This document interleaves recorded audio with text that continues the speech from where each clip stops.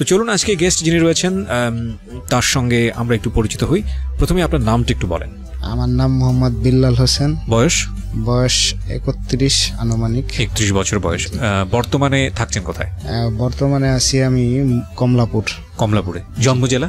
জন্ম জেলা ফরিদপুর।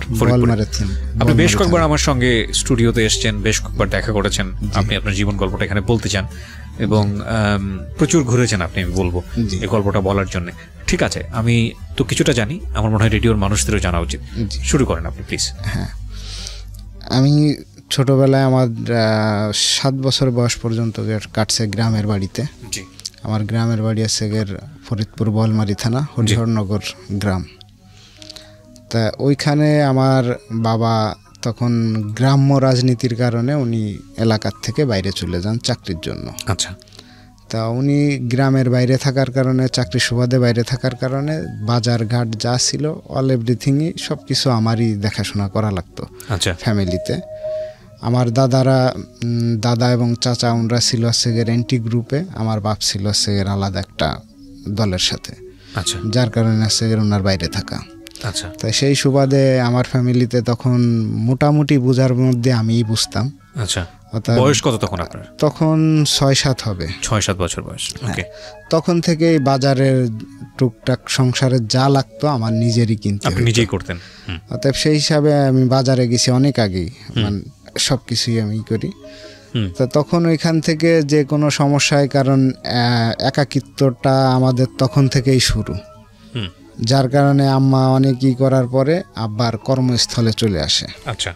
ওখানে চলে আসার পর থেকে আমাদের ব্যবসা ছিল পেপার প্রিন্টিংয়ের, যেটাই আপনার সংক্ষেপে বলি, আমরা লোহাগড়া থানায় চলে আসি। তখন লোহাগড়া থানার যে শিক্ষাই ছিল ওটার প্রশ্নপত্র সব কিছুই আমাদের ওইখানেই হতো। তো সেই হিসাবে আব্বুর মান সম্মান এবং সামাজিক অবস্থানটা খুব ভালো ছিল, যার কারণে আমি অনেক কিছু বুঝলে পারাও আমার সেই হিসাবে একটু হিসাব করে চলতে হতো, যাতে আমাদের ফ্যামিলির মান সম্মান কখনো নষ্ট না হইতো। আমাদের সংসারটা খুব ভালোই চলতেছিল। আপনার বাবা তখন কি করতো ওখানে? তখন এই পেপার প্রিন্টিং এর ব্যবসা চলে। আচ্ছা আচ্ছা। এবং খুব ভালোভাবেই চলতেছিল। আপনারা তখন কি, মানে আপনার ভাই বোন আপনি একাই? না, তখন আমরা 2 ভাই 1 বোন। আচ্ছা। তো বাবা তখন কোথায় থাকতো?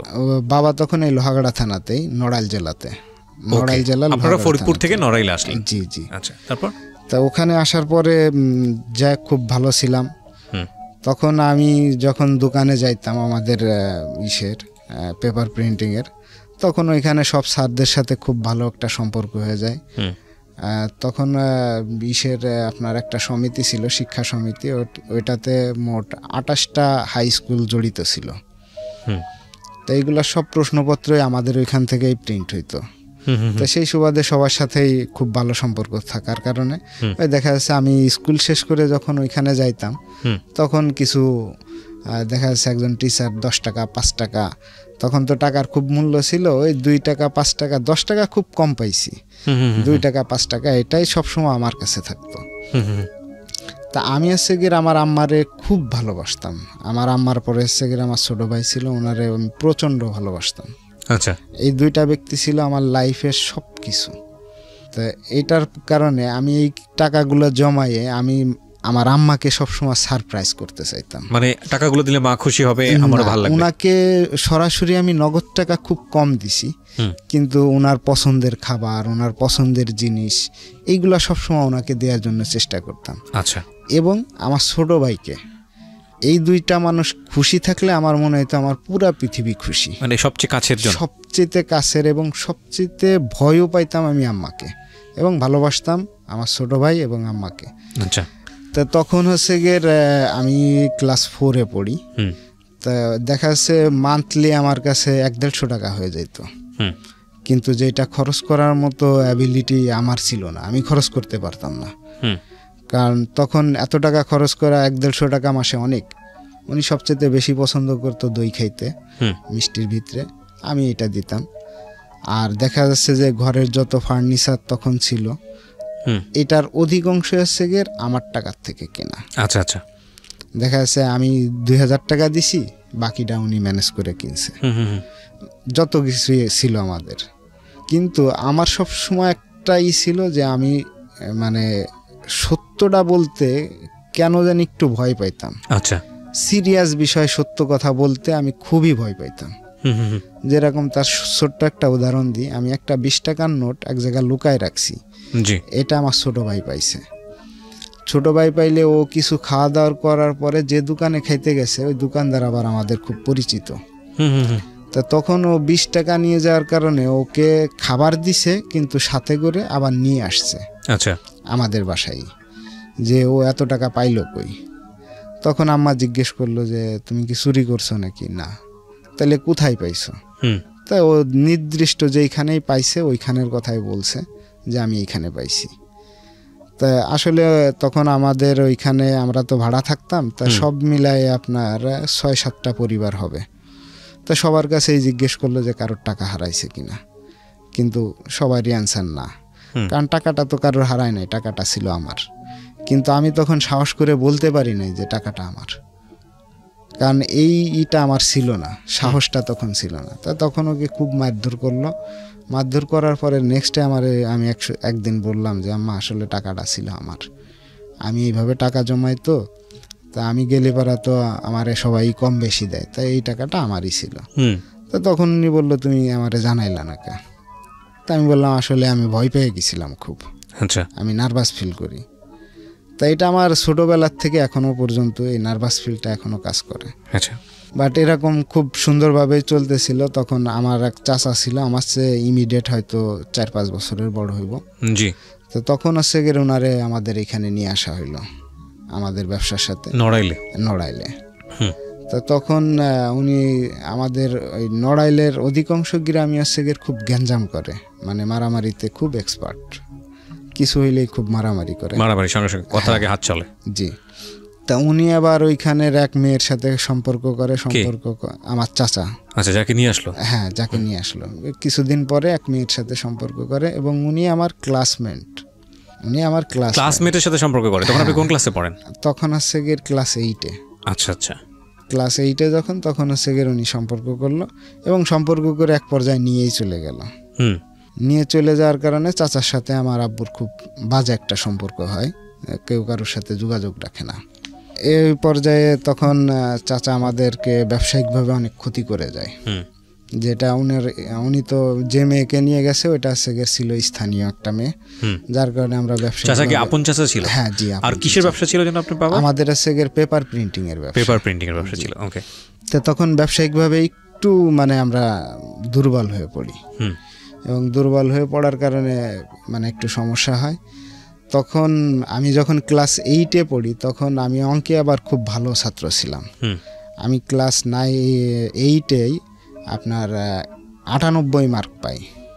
আচ্ছা, অঙ্কে। তো তখন হচ্ছে গিয়ে আমার এক টিচার ছিল, উনি আমাকে বলল যে প্রশ্ন তো তোদের ওইখানেই হয়, তো তোরা 98 পাবি না, পাবে কে? আমার ছেলে। ও আচ্ছা আচ্ছা আচ্ছা, তো কষ্ট লাগার মতো কথা। তখন কষ্ট বলতে ভাই, আমি তখন থেকে লেখাপড়া এমনভাবে লুজ দিলাম যে আমার কোনো রকম টাইনে পাশ হলে আমার চলবো। আচ্ছা, এটা আপনি কষ্ট পেয়ে কাজটা করলেন? কষ্ট পেয়ে, ওই যে বললাম না যে আমার জীবনটা হচ্ছে একা, মানে নিজের ভিতরে রাগ পুষে রাখা, কারোর সাথে শেয়ার করতেন না কারোর সাথে। এই ঘটনা আপনার ক্লাস 7 না কত, কোন ক্লাসে ঘটলো? 8-এ। ক্লাস 8-এ ঘটলো। তো আপনি তো এটা বাসায় বলতে পারতেন? এটা আসলে বাসায় বললে হয়তো আব্বা ব্যবসা বন্ধ করে দিব। ও, সেজন্য বলেন নাই? সেজন্য বলি নাই। তো তখন ফ্যামিলির অবস্থা আসলে এতটাই ছিল না, যার কারণে ভয়তে আব্বাকে বলিও নাই যে আমার টিচার এই কথা বলছে। কিন্তু আমি আসলে একটু মেধাবী ছিলাম হয়তো, কিন্তু তারপরেও আমি আর কি কাউকে এটা বুঝতে দেই না, নিজের ভিতরে রেখে ওই কোনো রকম 40-45 এর ভিতরেই মার্ক রাখার চেষ্টা করতাম। মানে ভালো কিছু করার চেষ্টা আমার ভিতরে তখন ছিল না, কারণ ভালো কিছু করতে চাইলে পারাই রেজাল্ট, ভালো কিছু করতে চাইলে পারাই লোকজন খেপাবে বলতে আমার টিচাররা তো সবাই আমার সাথে ফ্রেন্ডলি আচরণ করতো ব্যবসায়িক কারণে, তারা তো আমাকে ছেড়ে কথা বলবে না। এই কারণে এটা নিজের ভিতরে রাখলাম, রাখার মানে রাইখে যেভাবে যত দূর আগাইতে পারি। কিন্তু আমি যখন ক্লাস 9-এ উঠলাম, 9-এ না 10-এর প্রথম পরে, মানে 9 থেকে 10-এ উঠলাম। আচ্ছা, তখন হচ্ছে আমার ছোট ভাইয়ের ব্লাড ক্যান্সারটা ধরা পড়ে। কিভাবে ধরা পড়লো? প্রথমে গল্পটা কি ছিল? হ্যাঁ, উনি আছে গের ছোট ভাই, মানে আমি তখন ক্লাস 9-এ পড়ি, ও একটা জাম্বুরা গাছ থেকে পড়ে গেছিল। জাম্বুরা গাছ থেকে পড়ে যাওয়ার পরে ওর মানে শারীরিকভাবে বেশ ক্ষতিগ্রস্ত হয়। আচ্ছা। কিন্তু আসলে ওইটা সেই সময় মিন করছিল না কেউই সেরকম, তবে আমার বাবা আমাদের উপরে একটু কেয়ারফুল কম ছিল। আচ্ছা, বেশি কেয়ার করতো আর কি।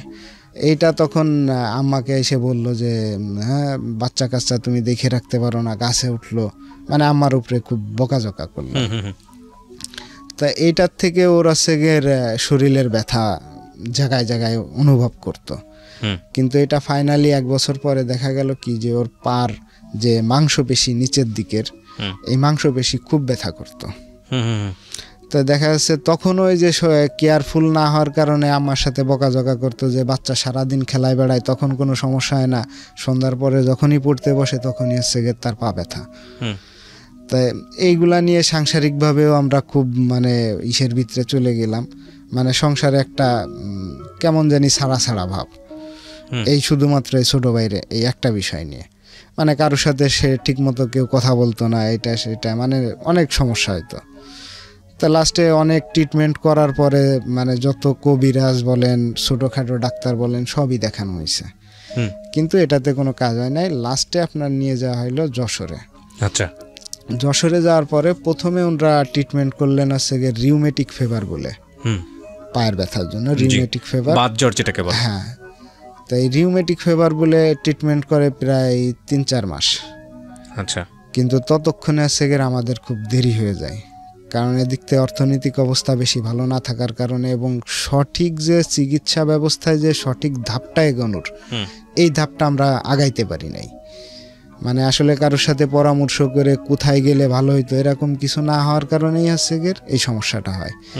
আমরা লাস্টে ওকে নিয়ে গেলাম হচ্ছে গিয়ে আপনার খুলনা 250 বেডে, এবং খুলনা 250 বেডে নিয়ে যাওয়ার পরে ওনার ধরা পড়লো হচ্ছে গিয়ে ব্লাড ক্যান্সার। কত বছর বয়স তখন? তখন হচ্ছে গিয়ে ওর 11 বছর বয়স।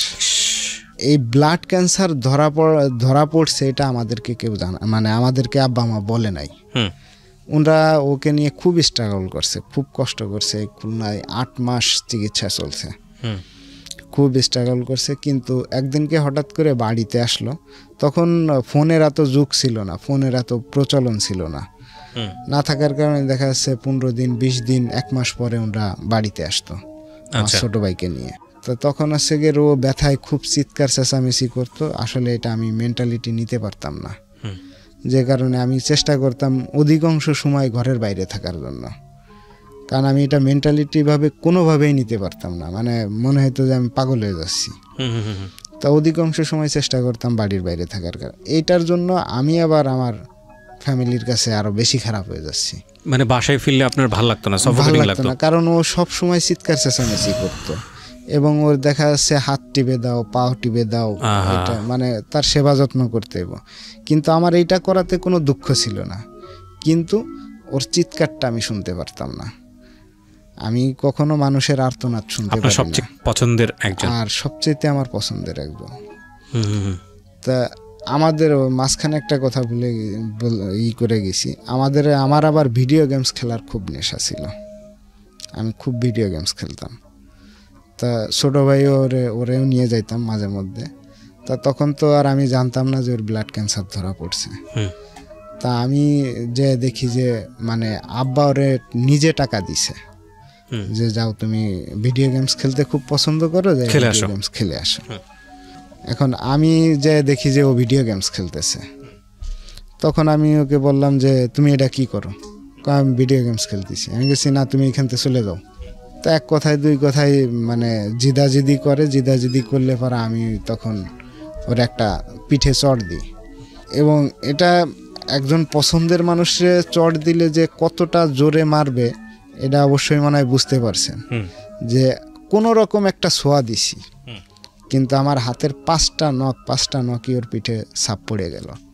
এটা আবার আমি তখন দেখি নাই, ও বাড়িতে আসলো, বাড়িতে আসার পরে আমারে বলল যে আমার ভাইয়া এরকম মারিছে। কেন মারছে? আমি ভিডিও গেমস খেলতেছিলাম এই কারণে। তো তখন আম্মা আমারে ডাক দিয়ে বললো যে দেখ ও তো আর বেশি দিন বাঁচবো না, ও তো মারা যাইব, তা তুই ওর এরকম মারলি কে? তখন আমি আমি কি বলবো আমি নিজেই বুঝতে পারি নাই যে আর বাঁচবে না, মানে তুমি কি বলো, ও তো এমনি অসুস্থ, ওর রিউমেটিক ফিভার হয়েছে, এটা তো ঠিক হয়ে যাইব। কয় না, ওর ব্লাড ক্যান্সার ধরা পড়ছে। তখন আমি জানেন না কি রে ভাই, কি যে করেছি, যে আমি আমার ছোট ভাইরে কখনো এমনি মারি নাই। আমি ঈদে জামা কাপড় না নিয়ে ওরে দিছি, কিন্তু আমি আজকে সেই ওরে আমি মারলাম।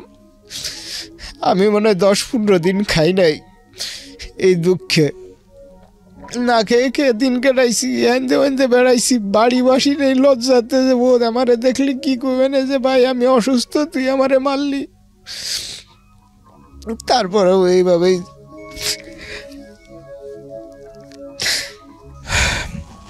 এখানে খুব মর্মান্তিক একটা বিষয় আছে প্রিয় শ্রোতা, আপনাদেরকে ওই জিনিসটা ফিল করতে হবে, এবং আপনারা ফিল করছেনও ইনফ্যাক্ট আমি মনে করি। খুব পছন্দের একটা মানুষ, 10-11 বছর বয়স। আপনার সাথে আপনার ভাইয়ের বয়সের পার্থক্য কত? তখন মিনিমাম 14-15 বছর তো হবে। না না, আপনার সাথে আপনার ভাইয়ের বয়সের পার্থক্য এরকমের, মানে আপনি ওর 14 বছরের বড় ছিলেন? হ্যাঁ এরকমের। তার মানে ও কিন্তু পরিণত বয়সে ছিল আর উনি ছিলেন হচ্ছে ছোট। তো সেই জায়গাটা থেকে একটা মানুষের গায়ে হাত তোলার পরে যদি জানা যায় ও আর বেশি দিন বাঁচবে না, এটা ভয়ঙ্কর রকমের কষ্টের ব্যাপার, ভয়ঙ্কর রকমের কষ্টের ব্যাপার। ঠিক আছে, বলেন তারপর। আমি ওই দিনই প্রথম শুনলাম যে হ্যাঁ ব্লাড ক্যান্সার হয়েছে। এর আগে কখনো জানতেও পারিনি যে তার ব্লাড ক্যান্সার হয়েছে।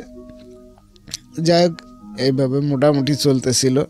তারপরেও খুব ইসের পরেই কষ্টের মধ্যেই দিন যাচ্ছিল। তখন আমার যে ব্যবসা ছিল, তখন আমার সেগের নিজের দায়িত্ব নিয়ে ব্যবসাটা চালাইতে হইলো, কারণ আমাদেরকে যে ব্যাকআপ দিবে এরকম আসলে আমাদের কেউ ছিল না। কারণ চাচার সাথে সম্পর্ক খারাপ হয়ে চাচা চলে গেল, মাঝখানে আমার মামা আসছিল, বড় মামা, উনিও যে কোনো কারণবশত আর কি একটা কারণ দেখায় উনিও চলে যায়।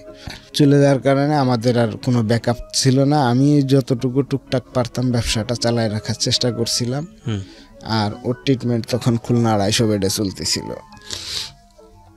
তা এর ভিতরে আপনার দেখা যাচ্ছে একদিনকে আর কি বলল যে বাড়িতে আসছে, তখন একদিনকে বলল যে আম্মা আমি তো পোলাও খাবো। তখন আম্মা কেন জানি ওই দিনকে পোলাওটা রান্না করে নাই, আমি নিজেও বলতে পারবো না যে কেন উনি ওই দিনকে পোলাও রান্ধে নাই। তো তখন আছে গের আমার পরের দিন বলল যে ভাইয়া আমি পোলাও খাইতে চাইছিলাম, দেখছো আম্মা আমার সাথে রাগ করে পোলাও বানাইলো না। আর ওইখান থেকে শুরু করে আমি আজ পর্যন্ত পোলাও খাই না। নিজের উপরে মানে আমার তার উপরে বলেন আর ফ্যামিলির উপরে বলেন, মানে টোটাল একটা ইমোশনাল কাজ নিয়ে আমি আজ পর্যন্ত পোলাও খাই না। তো যাই এইভাবে যাওয়ার পরে যতটুকু পারছি আমরা তাকে চিকিৎসা করার চেষ্টা করছি। চিকিৎসা করা এর ইতিমধ্যে আছে গের আমার ফর্ম ক্লাবের ডেট চলে আসলো ক্লাস 10-এ। তখন আর্থিক অবস্থা খুব খারাপ থাকার কারণে ফর্ম ক্লাব করতে মানে সরি তখন আছে গের কেবল ক্লাস 10-এ উঠছি। তো এদিকতে ব্যবসা সামলায়, ওদিকতে আবার স্কুলে যাইতে হয়। তা মাঝখানে একটা হলো যে ক্লাস 10-এ যখন আমি ঢুকি মানে উঠলাম, তখন আমাদের অর্থনীতি পিরিয়ডটা হয় আলাদা। জি, মানে আমাদের সেকশনটা পার হয়ে আমি বি সেকশনে পড়তাম, বি সেকশনটা এই সাইডে দিয়ে আপনার এ সেকশনে যায় অর্থনীতি। তখন আপনার ভাই বেঁচে আছে? হ্যাঁ তখনও আছে। আচ্ছা, তখন ওর ট্রিটমেন্ট চলতেছে। জি। তখন আমরা এ সেকশনে গেলাম। এ সেকশনে আপনার মেয়েদের জন্য বসার জায়গা হিউজ পরিমাণ, কিন্তু ছেলেদের আছে বসার জায়গা কম। আচ্ছা, আমরা টোটালে 5টা বেঞ্চ ছিল, 5টা বেঞ্চে 5-5 25 জন বসতে পারতো। আচ্ছা, আর সেই হিসাবে মেয়েরা প্রায় 40-45 জন বসতে পারতো। আচ্ছা, কিন্তু তারপরেও এই দিনকে আপনার মেয়েদের উপস্থিতি ছিল অনেক বেশি, আর আমাদের ছেলেদের উপস্থিতি একটু কম। তা আমরা 4টা বেঞ্চে বসি, আর একটা বেঞ্চ ছেড়ে দিই মেয়েদের জন্য। আচ্ছা। তা আমরা যে আপনার 4টা বেঞ্চে বসলে পরে একটা বেঞ্চে আপনার 7 জন বসা লাগছে। এখন 7 জন বসতে গেলে দেখা যাচ্ছে কি দুই পাশে যে 2 জন বসে আছে এদেরকে আপনার পা বাইরে দিতে হবে বেঞ্চের বাইরে। তা মাঝখানে গ্যাপ কম থাকার কারণে আমার একটা বেস্ট ফ্রেন্ড ছিল, নাম আছে তরিকুল। তা ও হচ্ছে এক সাইডে বসছে, ডাইন সাইডে। জি। তা ওকে আমি বললাম যে তরিকুল তুমি এক কাজ করো, তুমি একটা পা বাইরে দাও। তা মাঝখানে আবার চলাচলের রাস্তা কম হওয়ার কারণে পাশে যে মেয়েটা বসছিল ওই মেয়েটার নাম ছিল হচ্ছে রূপা। তা ও আবার জিদ করে কি করলো আমাদের সাথে জিদ করে ও একটা পা বাইর করে দিল। এখন বাইর করে দেওয়ার কারণে দেখা যাচ্ছে কি যে দুইজনের পা মানে মিশে গেছে। তা এইটা নিয়ে এক কথায় দুই কথায় আমি তরিকুলকে বললাম কি যে তরিকুল এক কাজ করো, যদি বেশি করে তুমি পায়ে লাথি মারো। আমি জাস্ট শুধু এই কথাটুকুই বলছি। তো ইতিমধ্যে স্যার ঢুকছে, স্যার ঢুকলে পরা সবাই দাঁড়ায় সম্মান করলাম। সম্মান করার পরে সবাই বসে পড়ছি, কিন্তু এই রূপা আর বসে না। তখন স্যারে জিজ্ঞেস করলো কি ব্যাপার তুমি বসো না কা? তো তখন সে আমাদের বেঞ্চটা দেখাইয়ে বললো যে স্যার আমার এই বেঞ্চ থেকে বাজে কথা বলা হয়েছে। তা তখন স্যার আসলো, এসে জিজ্ঞেস করলো যে কি ব্যাপার, এখান থেকে কে বাজে কথা বলছো? তো আমরা তো আসলে আমিও বাজে কথা বলি নাই, কারণ এটা তো আমার মনে হয় না যে বাজে কথার ভিতরে পড়ে। তা তখন স্যার এক এক করে সবাইরে জিজ্ঞেস করলো, সবাই একই কথা বললো যে না কেউ বাজে কথা বলে নাই। তখন আমাদের এই 7 জনকেই খুব পিটাইলো স্যারে, যে যখন স্বীকার করবি না তখন এটা সবাইরই শাস্তি। ওকে। তা তখন সবাইকে মারলে পরে আমরা বেরোইলাম। বেরোয় আসলে মানে নিজেরাই কথা বলতেছি যে আসলে কে বাজে কথাটা বললো। তা আমরা আর ভাইবে পাইলাম না। তা পরে আর কি আমাকে রূপা বলতেছে, দেখছস একটু ফাজলেমি করছিস, তার পরিণতি কি হয়েছে, আমার সাথে আর টক্কর দিবি? তা আমি ওকে আর ভালো মন্দ কিছু বললাম না, কিন্তু ও সারা স্কুলে এটা বলে বেড়াইলো যে আমার সাথে ফাজলেমি করার ফল পাইছে ওরা। তা তখন আমার মনে মনে খুব ক্ষোভ হইল যে একে মানে কিছু একটা করবই। তা আসলে আমি মানসিকভাবে অতটা না যে মানে নির্দয় না যে একজনকে চাইলেই হুট করে মারবো, কিন্তু ওই দিনকে এত রাগ হয়েছে যে মানে কিছু মাথায় কাজ করতেছে না। পরে আমি তাকে থাকা শুরু করলাম যে আসলে কবে পাবো।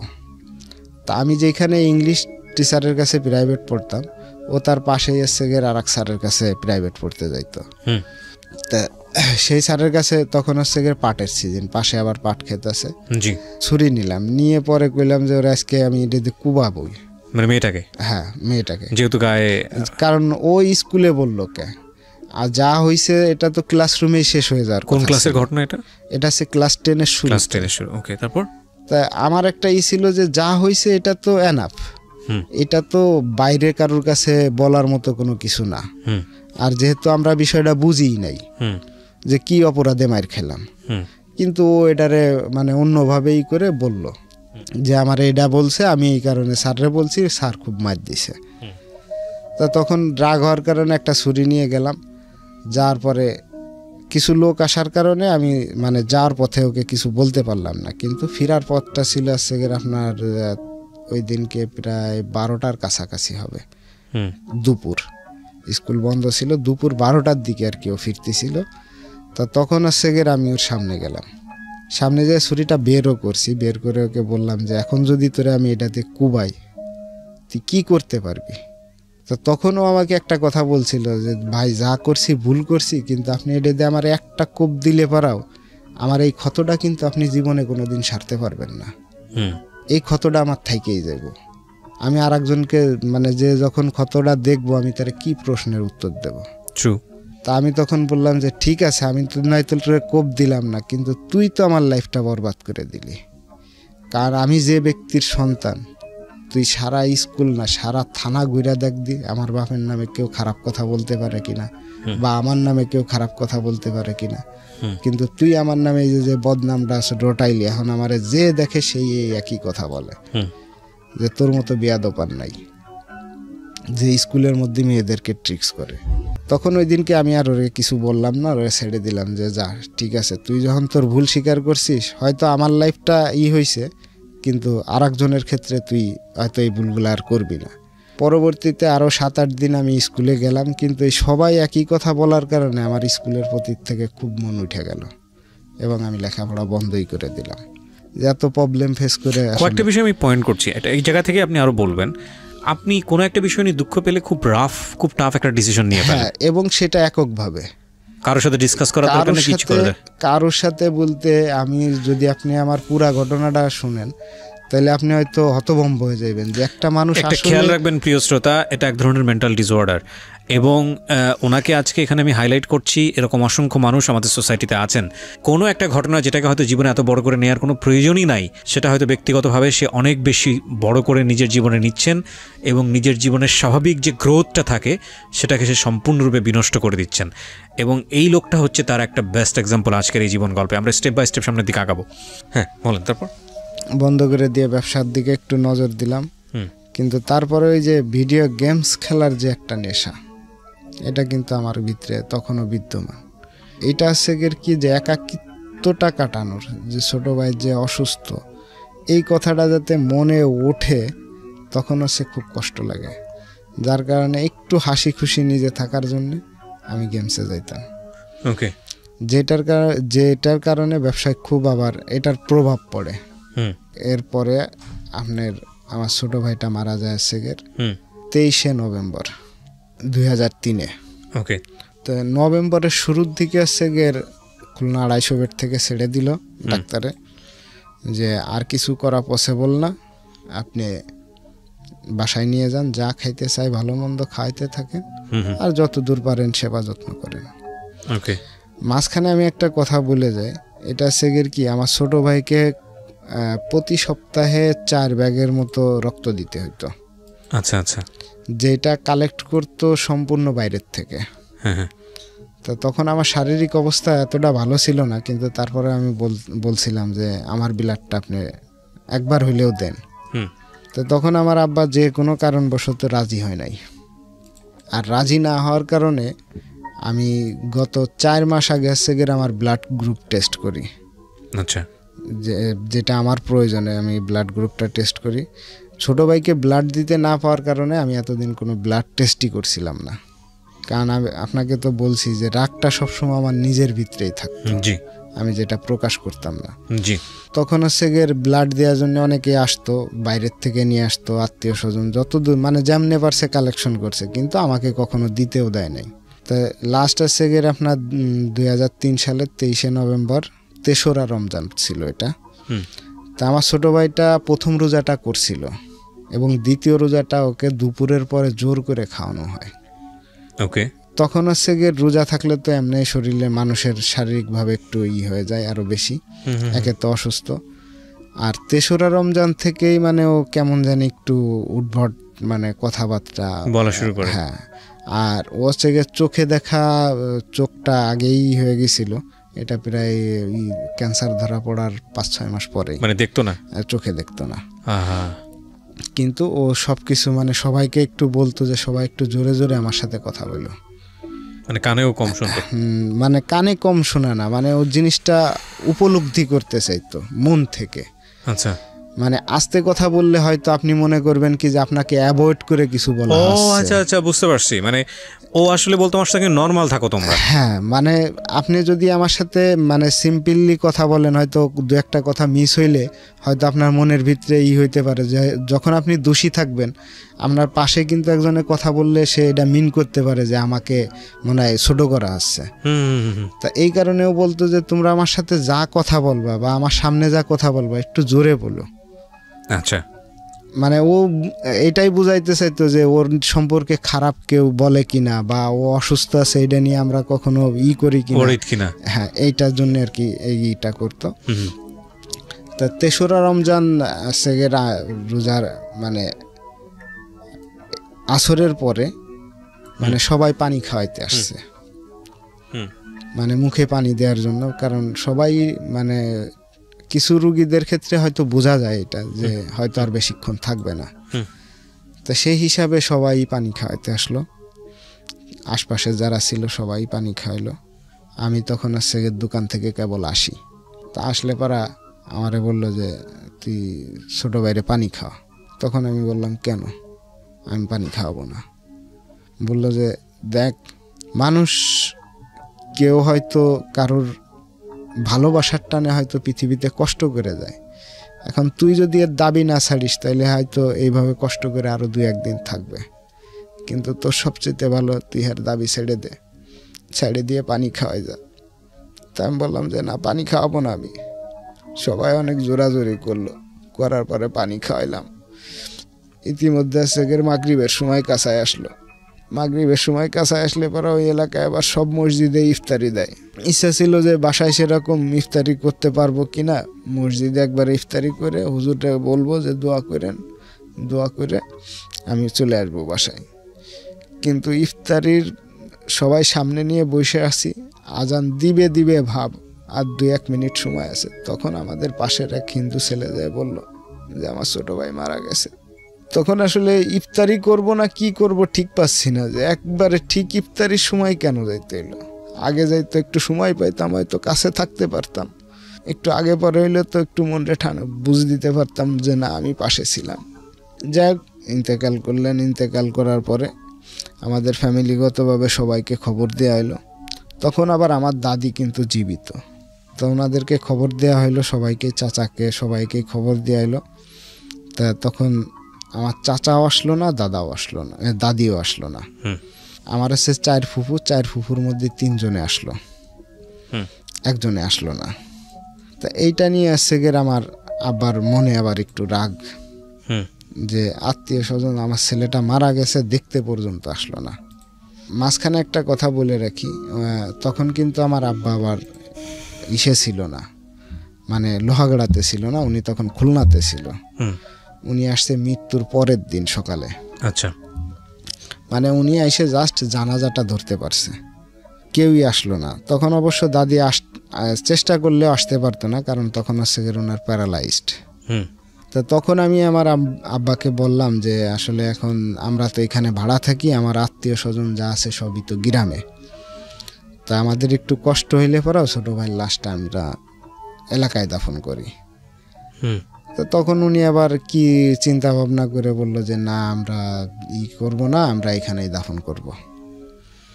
তো তখন আছে লোহাগড়া গোরস্থানে ওনাকে দাফন করা হয়। দাফন করার পরে যে মোটামুটি সব কিছু একটু নর্মালি হয়ে আসতেছিল, তখন হচ্ছে গিয়ে আব্বার আবার একটু মানে মেন্টালিটি সমস্যা দেখা দিল, মানে হালকা হালকা, মানে মানসিকভাবে অসুস্থ বলতে চিন্তাগ্রস্ত থাকলে পারা যেরকম সবকিছু পারফেক্টলি করা যায় না সেরকম। তো যাই হোক, মোটামুটি ব্যবসার দিকে আবার একটু ব্যবসা চাঙ্গা হইলো, ভালোই চলতেছিল, কিন্তু ওনার মেন্টালিটি প্রবলেমগুলো বাড়তে শুরু করলো। তখন আর কি আমাদের বাড়িওয়ালি যে ছিল, বাড়িওয়ালা, ওনার মেয়ের সাথে আমার আবার একটু সম্পর্ক হয়। আচ্ছা, যেটা ছিল আমার একক, মানে একতরফা, যেটা মেয়ের দিক থেকে কোনো ছিল না। কারণ জাস্ট আমি দরজা খুললে তাকে জানলায় দেখতাম, ভাল লাগতো, আর কিছু আচার আচরণ ভালো লাগতো, এই হিসাবে আমি তাকে খুব পছন্দ করতাম। আচ্ছা, কিন্তু একদিনকে আমি তাকে হাত দিয়ে ইশারা করার কারণে সে আমার ছোট বোনকে বলে দিল যে তোমার ভাইয়া আমাকে এরকম ইশারা করছে। তো তখন আমি বললাম যে ঠিক আছে, আমি আর করব না এটা। তা এরপর থেকে আর কখনো করি নাই, কিন্তু না করার পরেও দেখা যাচ্ছে যে আপনার বছরখানিক পরে মেয়ের বাপে আমাদের কাছে বিয়ের প্রস্তাবই নিয়ে আসে। আচ্ছা, ওই মেয়ের সাথেই আমার। কিন্তু এই যে ইটা আমার নামে করছিল, এটার কারণে আমার মনের ভিতরে যে রাগটা ছিল, এই রাগের কারণে এই মেয়ে আবার আরেকজনের সাথে অ্যাফেয়ার করছিল। এদের ডেটিং করার জায়গা আবার আমি নিজেই ঠিক করে দিছিলাম। তো এটাতে আপনার ফায়দাটা কি? মানে ফায়দাটা বলতে আসলে যার সাথে সে অ্যাফেয়ার করছিল সে আমার বন্ধু। হ্যাঁ, এখন আমি তার সাথে সম্পর্ক করতে চাইছিলাম, এটা আমার বাসায় জানাই দিব, এই ভয় দেখানোর কারণে আমি ওদেরটা মানে মাইনে নিয়েছিলাম যে ঠিক আছে তোমরা ডেটিং করো। হ্যাঁ, কিন্তু যখন আমি 1 সপ্তাহ আগে ডেটিং করাইলাম, 1 সপ্তাহ পরে দেখা যাচ্ছে যে মেয়ের বাপে আসছে বিয়ের প্রস্তাব নিয়ে, যে ছেলেকে বিদেশ পাঠায় দিবে, ব্যবসার জন্য টাকা দিবে এবং এখানে বাড়ি করার জন্যও কিছু টাকা দিবে। তখন আমার মাথায় ঢুকলো যে আমি কেবল 1 সপ্তাহ হয় নাই মেয়েকে আরেকজনের সাথে ডেটিং করতে দিছি, আমি কেন একে এখন বিয়ে করতে যাব? এখন আমি তো আর কাউকে বলতে পারতেছি না, আব্বাকেও না মাকেও না, তারা তো দুইজনই এক পায়ে রাজি, যে স্থানীয় লোক মানে তারা এক পায়ে রাজি, এখন আমি ভিতরে ভিতরে জ্বলে মরতেছি। তা তখন আমি বললাম যে না, এই বিয়ে আমার দ্বারা করা সম্ভব না। তখন মেয়ের বাপে বলল কি 400 টাকার ঘর ভাড়া 1100 টাকা করলো এবং সময় দিল 4 মাস, যে 4 মাসের ভিতরে তোমরা চলে যাবা। এখন 400 টাকার ঘর ভাড়া যখন 1100 টাকা হলো, তখন তার প্রশ্নই ওঠে না এখানে থাকার, 4 মাসই বা কেন থাকবো। তো তখন আমরা পরের মাসেই চলে গেলাম এখানে। ওইখান থেকে চলে যাওয়ার পরে এখন এর ভিতরে আবার ছোট বোনের বিয়ে হইলো। এই বিয়ের ক্ষেত্রেও আমি একটু দূরে ছিলাম, মানে কার সাথে কোথায় বিয়ে এই সম্পর্কে আবার আমি ততটা জানতাম না। তো যাক, বিয়ে হয়ে গেল, কিন্তু এদিক থেকে বাপের আবার মেন্টালিটি সমস্যা একটু বাড়তে থাকলো। বিয়ে কার হলো? ছোট বোনের মাঝখানে ছোট বোনের বিয়ে। হ্যাঁ। এখন এই বিয়ে হওয়ার পরে আমাদের মানে আর্থিক অবস্থা আবার একটু ভেঙে পড়ে। আবার আব্বা মানে আব্বু থাকার কারণে ব্যবসা ততটা আগাইতো না। এখন না আগাইলে পরা হঠাৎ একদিনকে ওইখানের এক স্থানীয় লোক বলতে উনি পৌরসভা হওয়ার পরে ফার্স্ট নির্বাচন হইব, ওনাকে আর কি আব্বা মারলো। কাকে? ওইখানের আপনার ওনার নাম ছিল পলিটিক্যালি একজনকে মারলো বলতে আপনার এই যে পোস্টার যে ছাপায়, এই পোস্টার ছাপানো নিয়ে আর কি একটু বাকবিতণ্ড হওয়ার কারণে ওনাকে মারলো। এখন মারলে পারা দেখা যাচ্ছে যে এটার প্রেশার খুব অনেক প্রেশার আসলো। এখন আমার এই যে বন্ধু বান্ধব যা আছে, আর মনে করেন যে আব্বুর যে ইসের কারণে যে একটা তৈরি হয়েছিল, এইটা দিয়ে ম্যানেজ করতে খুব কষ্ট হইতে লাগলো। আপনি ব্যাকআপ দিতে পারছিলেন না, মানে আপনি কি বোঝাচ্ছেন? মানে বাবার জন্য ব্যাকআপ দেওয়া? হ্যাঁ, মানে গ্যাঞ্জামটা একটু যেকোনোভাবে হোক মেটানো। হ্যাঁ, মেটানোর জন্য। তখন আপনি কিসে পড়তেন? আমি তখন লেখাপড়া বাদ দিয়ে দিছি। ওই মেটার ঘটনাকে কেন্দ্র করে লেখাপড়াটা বাদ দিয়ে দিছি? ওইখানেই বাদ দিয়ে দিছি। জি। তো এখন এই মীমাংসার জন্য মানে খুব কষ্ট হইতে লাগলো যে এটা কিভাবে মেটাবো, কারণ আমাদের ওইখানে কোনো আত্মীয় স্বজন ছিল না। যাক, পরে অনেক কিসের পরে এটা যাক একটু ঠান্ডা হলো, কিন্তু তার মাসখানিক পরে উনি আরেকজন পলিটিক্যাল লোকের গায়ে হাত দিল। আচ্ছা। তখন যে দেখা যাচ্ছে যে মানে এইটা আর কখনোই সামাল দেওয়া সম্ভব না আমার একার পক্ষে। তখন আমাদের পার্শ্ববর্তী মানে বেশ দূরে, প্রায় 10-12 কিলোমিটার দূরে আর কি আমার নানার বোন বিয়ে দেওয়া, ওনারা আবার খুব প্রভাবশালী ছিল। তা ওনাকে যে ঘটনাটা বললাম যে আসলে এই ব্যাপার, এখন কি করা যায়। তা তখন ওনারা সেগের ঘটনাটা মিটাইলো। এখন আমি চিন্তা করলাম যে আমি যদি এখানে বিজনেস করতে যাই, তাহলে এইখানে আমাদের ফ্যামিলি সহ মরতে হবে। আচ্ছা। কারণ ওইখানে এইগুলা হর হামেশায় ঘটতেছে। তা তখন আমি চিন্তা করলাম যে আসলে এখন কি করা যায়। তো তখন আমি মানে ওনাদেরকে বাড়ি চলে যাইতে বললাম, এবং আমি বললাম যে আমি ঢাকায় যে চাকরি করি, 5-6 হাজার টাকা যদি বেতন পাই, তাহলে এটা দিয়ে যা হয় এইটাই আপনারা খাইবেন। আর তখন আব্বার মানসিক অবস্থা আরও ভয়াবহ, মানে আরও খারাপ হয়ে গেছে। তা তখন সব কিছু বিক্রি কইরা মানে সব দিনাদায়ক মানে মোটামুটি যা ছিল এটা বাদ দিয়া আপনার 14,000 টাকার মতো পায়। এটা 2007 আর কি 14,000 টাকা পায়। এইটা দিয়ে ওরা বাড়ি চলে যায়। তা বাড়ি যাওয়ার পরে আমি ওনাদেরকে বললাম যে 14,000 টাকা আছে, আপনারা এটা আমার বাড়ির উপরে কোনো রকম উপরে টিন দিয়ে মানে কোনো রকম ঘিরে আপনারা থাকেন, এরপরে আল্লাহ যদি দেয় আমি যদি কিছু করতে পারি করব আস্তে আস্তে। তা তখন আমার মামারা আর নানা নানি এখনও জীবিত আছে, ওরা বসে একটা সিদ্ধান্ত নিল কি যে না তুমি চাকরি করো, দেন ওরা আমার এখানে থাক, আমার এখানে খাওয়া দাওয়া করুক, আর তুমি যা কামাই করে দিতে পারো এটা দিয়ে আস্তে আস্তে বাড়ি ঘর দেব। তা তখন আমি আবার আমার নানা নানিকে বললাম যে দেখেন আসলে আপনারা এখানে থাকেন হচ্ছে গের শ্বশুর বাড়ির এলাকায়, মানে আমার নানা থাকে শ্বশুর বাড়ির এলাকায়। জি। তা আমি তখন ওনাদেরকে এরকমই বললাম যে আপনারা থাকেন আপনার শ্বশুর বাড়ির এলাকায়, এখন আমার আব্বাও যদি আবার সেই শ্বশুর বাড়ি থাকে তাহলে এটা মানুষ কিন্তু আরো খারাপভাবে নিব যে ঘর জামাইয়ের ঘরে ঘর জামাই থাকে। তা আমি বললাম যে আপনারা এটা বাদ দিয়ে যা আছে এটা দিয়ে আপনার ছোট্ট করে একটা রুম করে টিন দিয়া হইল, মানে টিন দিয়ে না হোক যেভাবেই হোক থাকতে, তা ওনরা আমার কথাটা রাখলো না, না রাখলে পরে ওনরা এখানে থেকে গেল। থেকে যাওয়ার পর 3-4 মাস পর ঠিকই সেম একই কাহিনী হইল। আশপাশের লোকজন খুব বাজেভাবে কথা বলতে থাকলো। তখন হচ্ছে গিয়ে ওনরা বাড়িতে চলে গেল। আর আমি তখন হচ্ছে গিয়ে এসে চাকরি নিলাম আমার মামার এইখানে। মামা হচ্ছে গিয়ে একটা এই ফয়েল প্রিন্টিংয়ের, ওষুধ কোম্পানির ফয়েল প্রিন্টিংয়ে তখন চাকরি করে। আমি 2007-এ এসে ওইখানেই ঢুকলাম। তো তখন যে দেখা যাচ্ছে যে আমার বেতন ধরলো হচ্ছে গিয়ে 2200 টাকা। তা 2200 টাকা বেতন ধরলে দেখা যাচ্ছে খাওয়া খরচ 1800-1900 টাকা চলে যেত। আর আমি তো বললাম যে ক্লাস 4-এ থাকতে আমি স্মোকিং করি। তা তখন তো আপনার এখন সিগারেট খাবো কি দিয়ে, আর ভাত খাবো কি দিয়ে, আর বাড়ি টাকা পাঠাবো কি দিয়ে।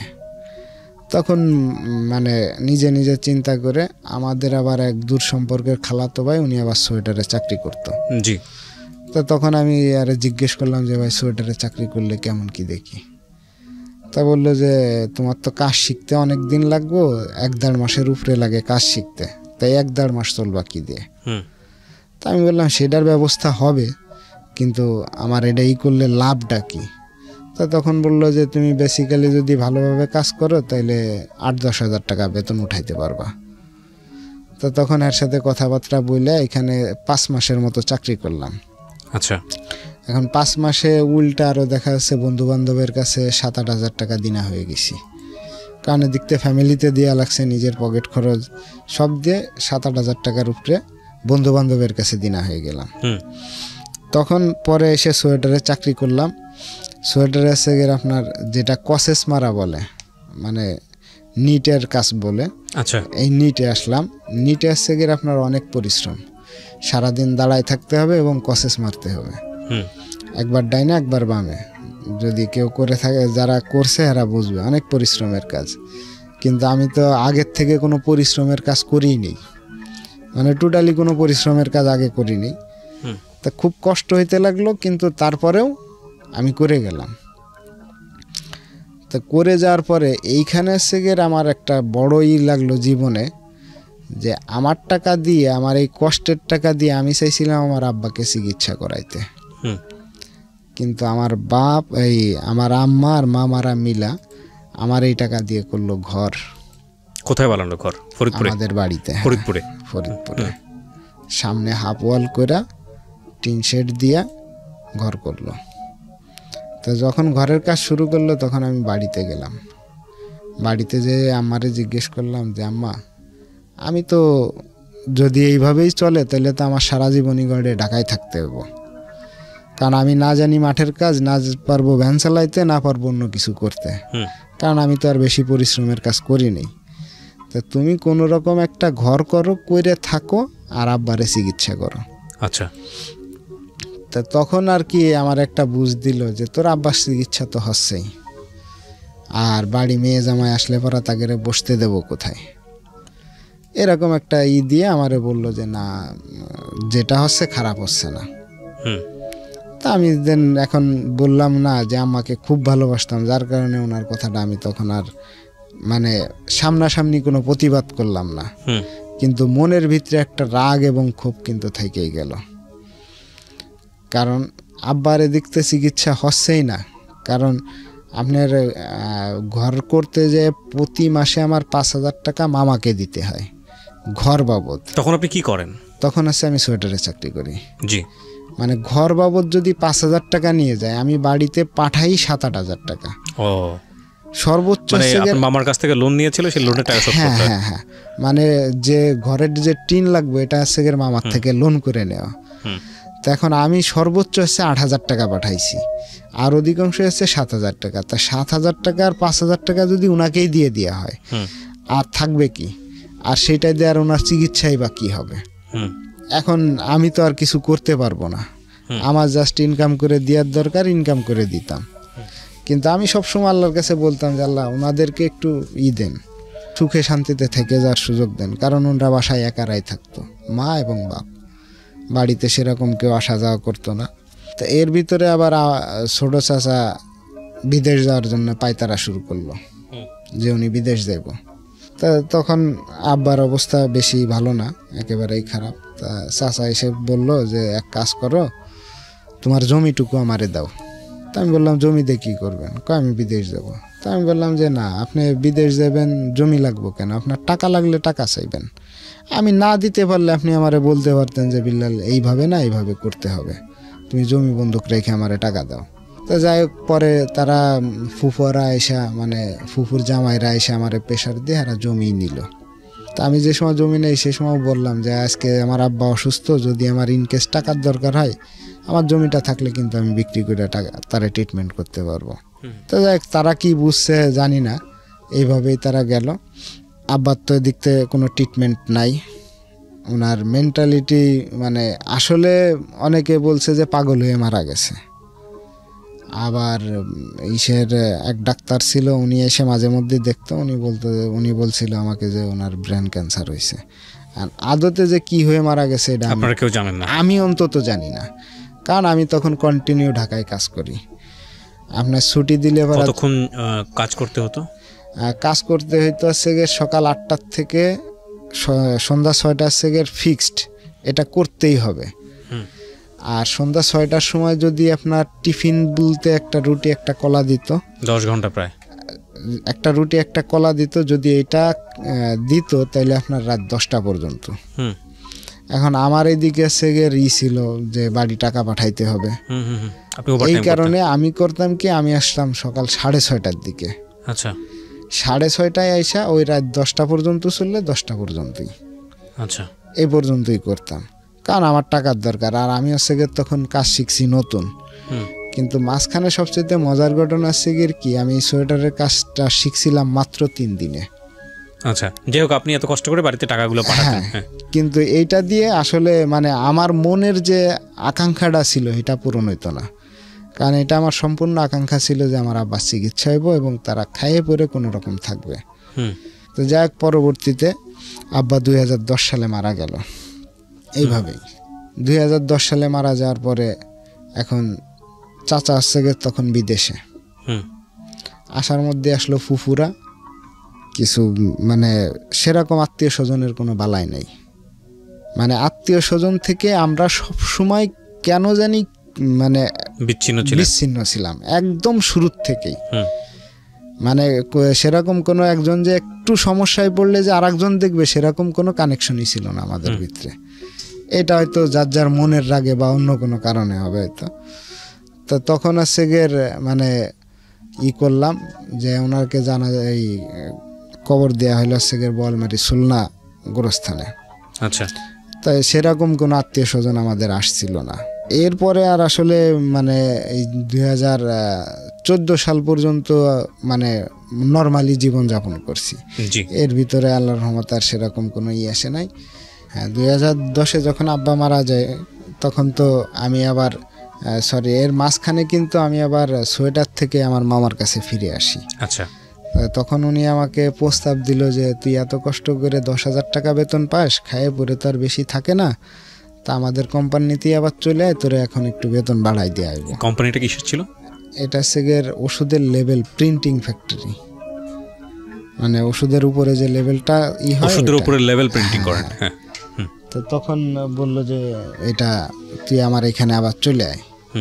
তা আমি বললাম যে ঠিক আছে, যদি আপনার মনে হয় যে না ভালো হইব তাহলে আমি চলে আসি। আচ্ছা, তখন ওনাদের ফ্যাক্টরি মোটামুটি আর একটু ভালো চলতেছিল। এখন দিন যাচ্ছে কাজের চাপ বাড়তেছে, দিন যাচ্ছে কাজের চাপ বাড়তেছে। মাঝখানে ওভারটাইম চালু হয়ে গেল যে ওভারটাইম করতে হবে। কিন্তু তখন আমার এই বড় মামা ওই ফ্যাক্টরির ম্যানেজার হিসাবে পরিচালক হিসাবে ছিল।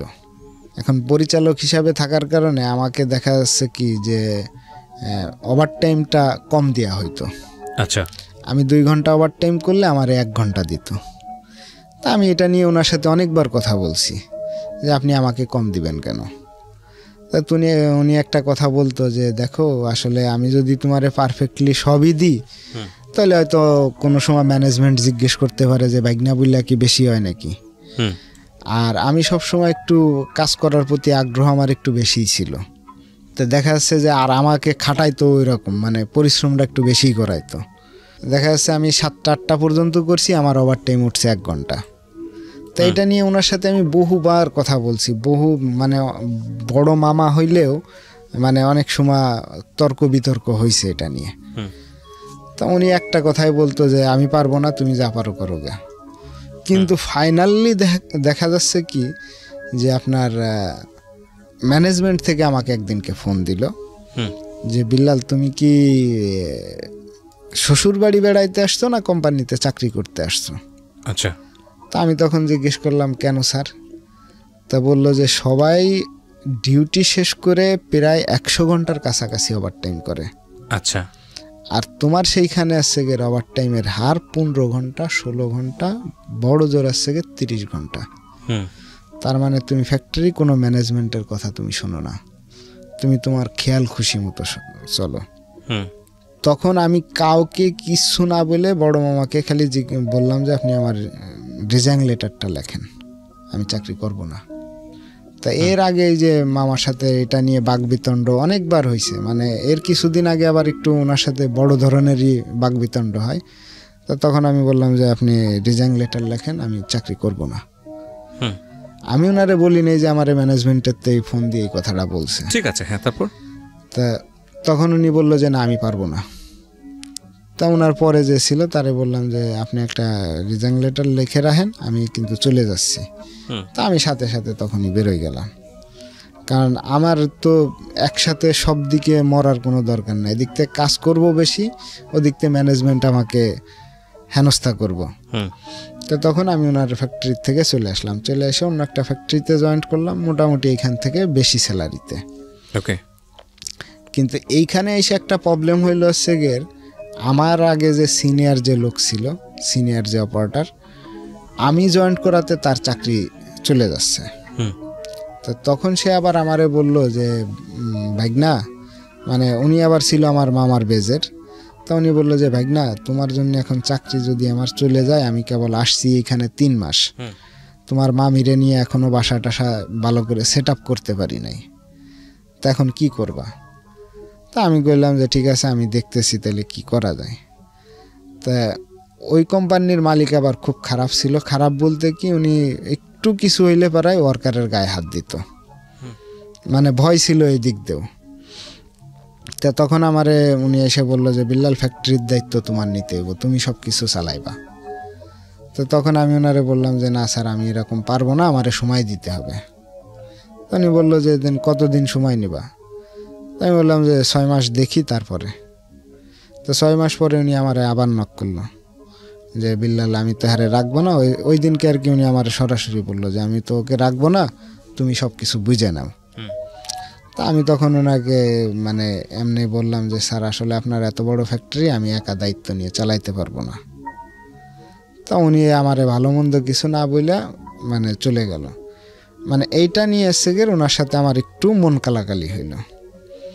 এইবার কি করলো, এই সিনিয়র যে অপারেটর ছিল মামার বন্ধু, উনি আবার এই স্যারের কাছে বিভিন্ন কথা লাগানো শুরু করলো, মানে কান কথা যেটারে বলে। এক পর্যায়ে ওইখান থেকে আমার চাকরি যাওয়ার আগে আমি চাকরিটা ছেড়ে দিলাম। মানে আমি লাস্টে বুঝতে পারলাম যে হয়তো যে কোনো মুহূর্তে আমারে না করে দিতে পারে। এইটা বুঝলাম কখন, যখন আমাদের এগ্রিমেন্ট হওয়ার কথা, বেতন বৃদ্ধি হওয়ার কথা, তখন সবারই বেতন বাড়ছে, আমারও বেতন বাড়ার কথা, যেখানে 2-3 হাজার টাকা সেখানে আমার বেতন টোটালি বাড়েই নাই। তখন আমি ভাবলাম যে তাহলে আমার চাকরি মনে হয় থাকবে না, তোর সাথে আমি আগেই চলে যাই। তখন হচ্ছে আমি আগে বেরোয় গেলাম। তো তখন আবার ওনার কথা ছিল যে চাকরি করবে না, ঠিক আছে 3 মাস সময় আমারে দিয়েই যাইতে হইব। তখন বাধ্য হয়ে 3 মাসের সময় দিয়ে আমি চলে আসলাম। এই 3 মাসের ভিতরে কি করব কোনো উপায়ন্ত না পাইয়া যে আর এক জায়গায় যাব। এখন যেরকম আপনার মনে করেন এই কোম্পানিগুলো অ্যাভেলেবেল হয়ে গেছে, অ্যাভেলেবেল বলতে 20-25টা হয়ে গেছে, তখন আবার এত ছিল না, আপনার 8-10টা ফ্যাক্টরি ছিল, আর সব হাই প্রোফাইলের ফ্যাক্টরি বাকি যেগুলো ছিল। তো তখন কি করার একজনের সাথে পরামর্শ করলাম, এই সোয়েটারের ফ্যাক্টরি করব। প্রিয় শ্রোতা, আপনারা শুনছেন প্রাণ মিস্টার ম্যাঙ্গো ক্যান্ডি প্রেজেন্স জীবন গল্প।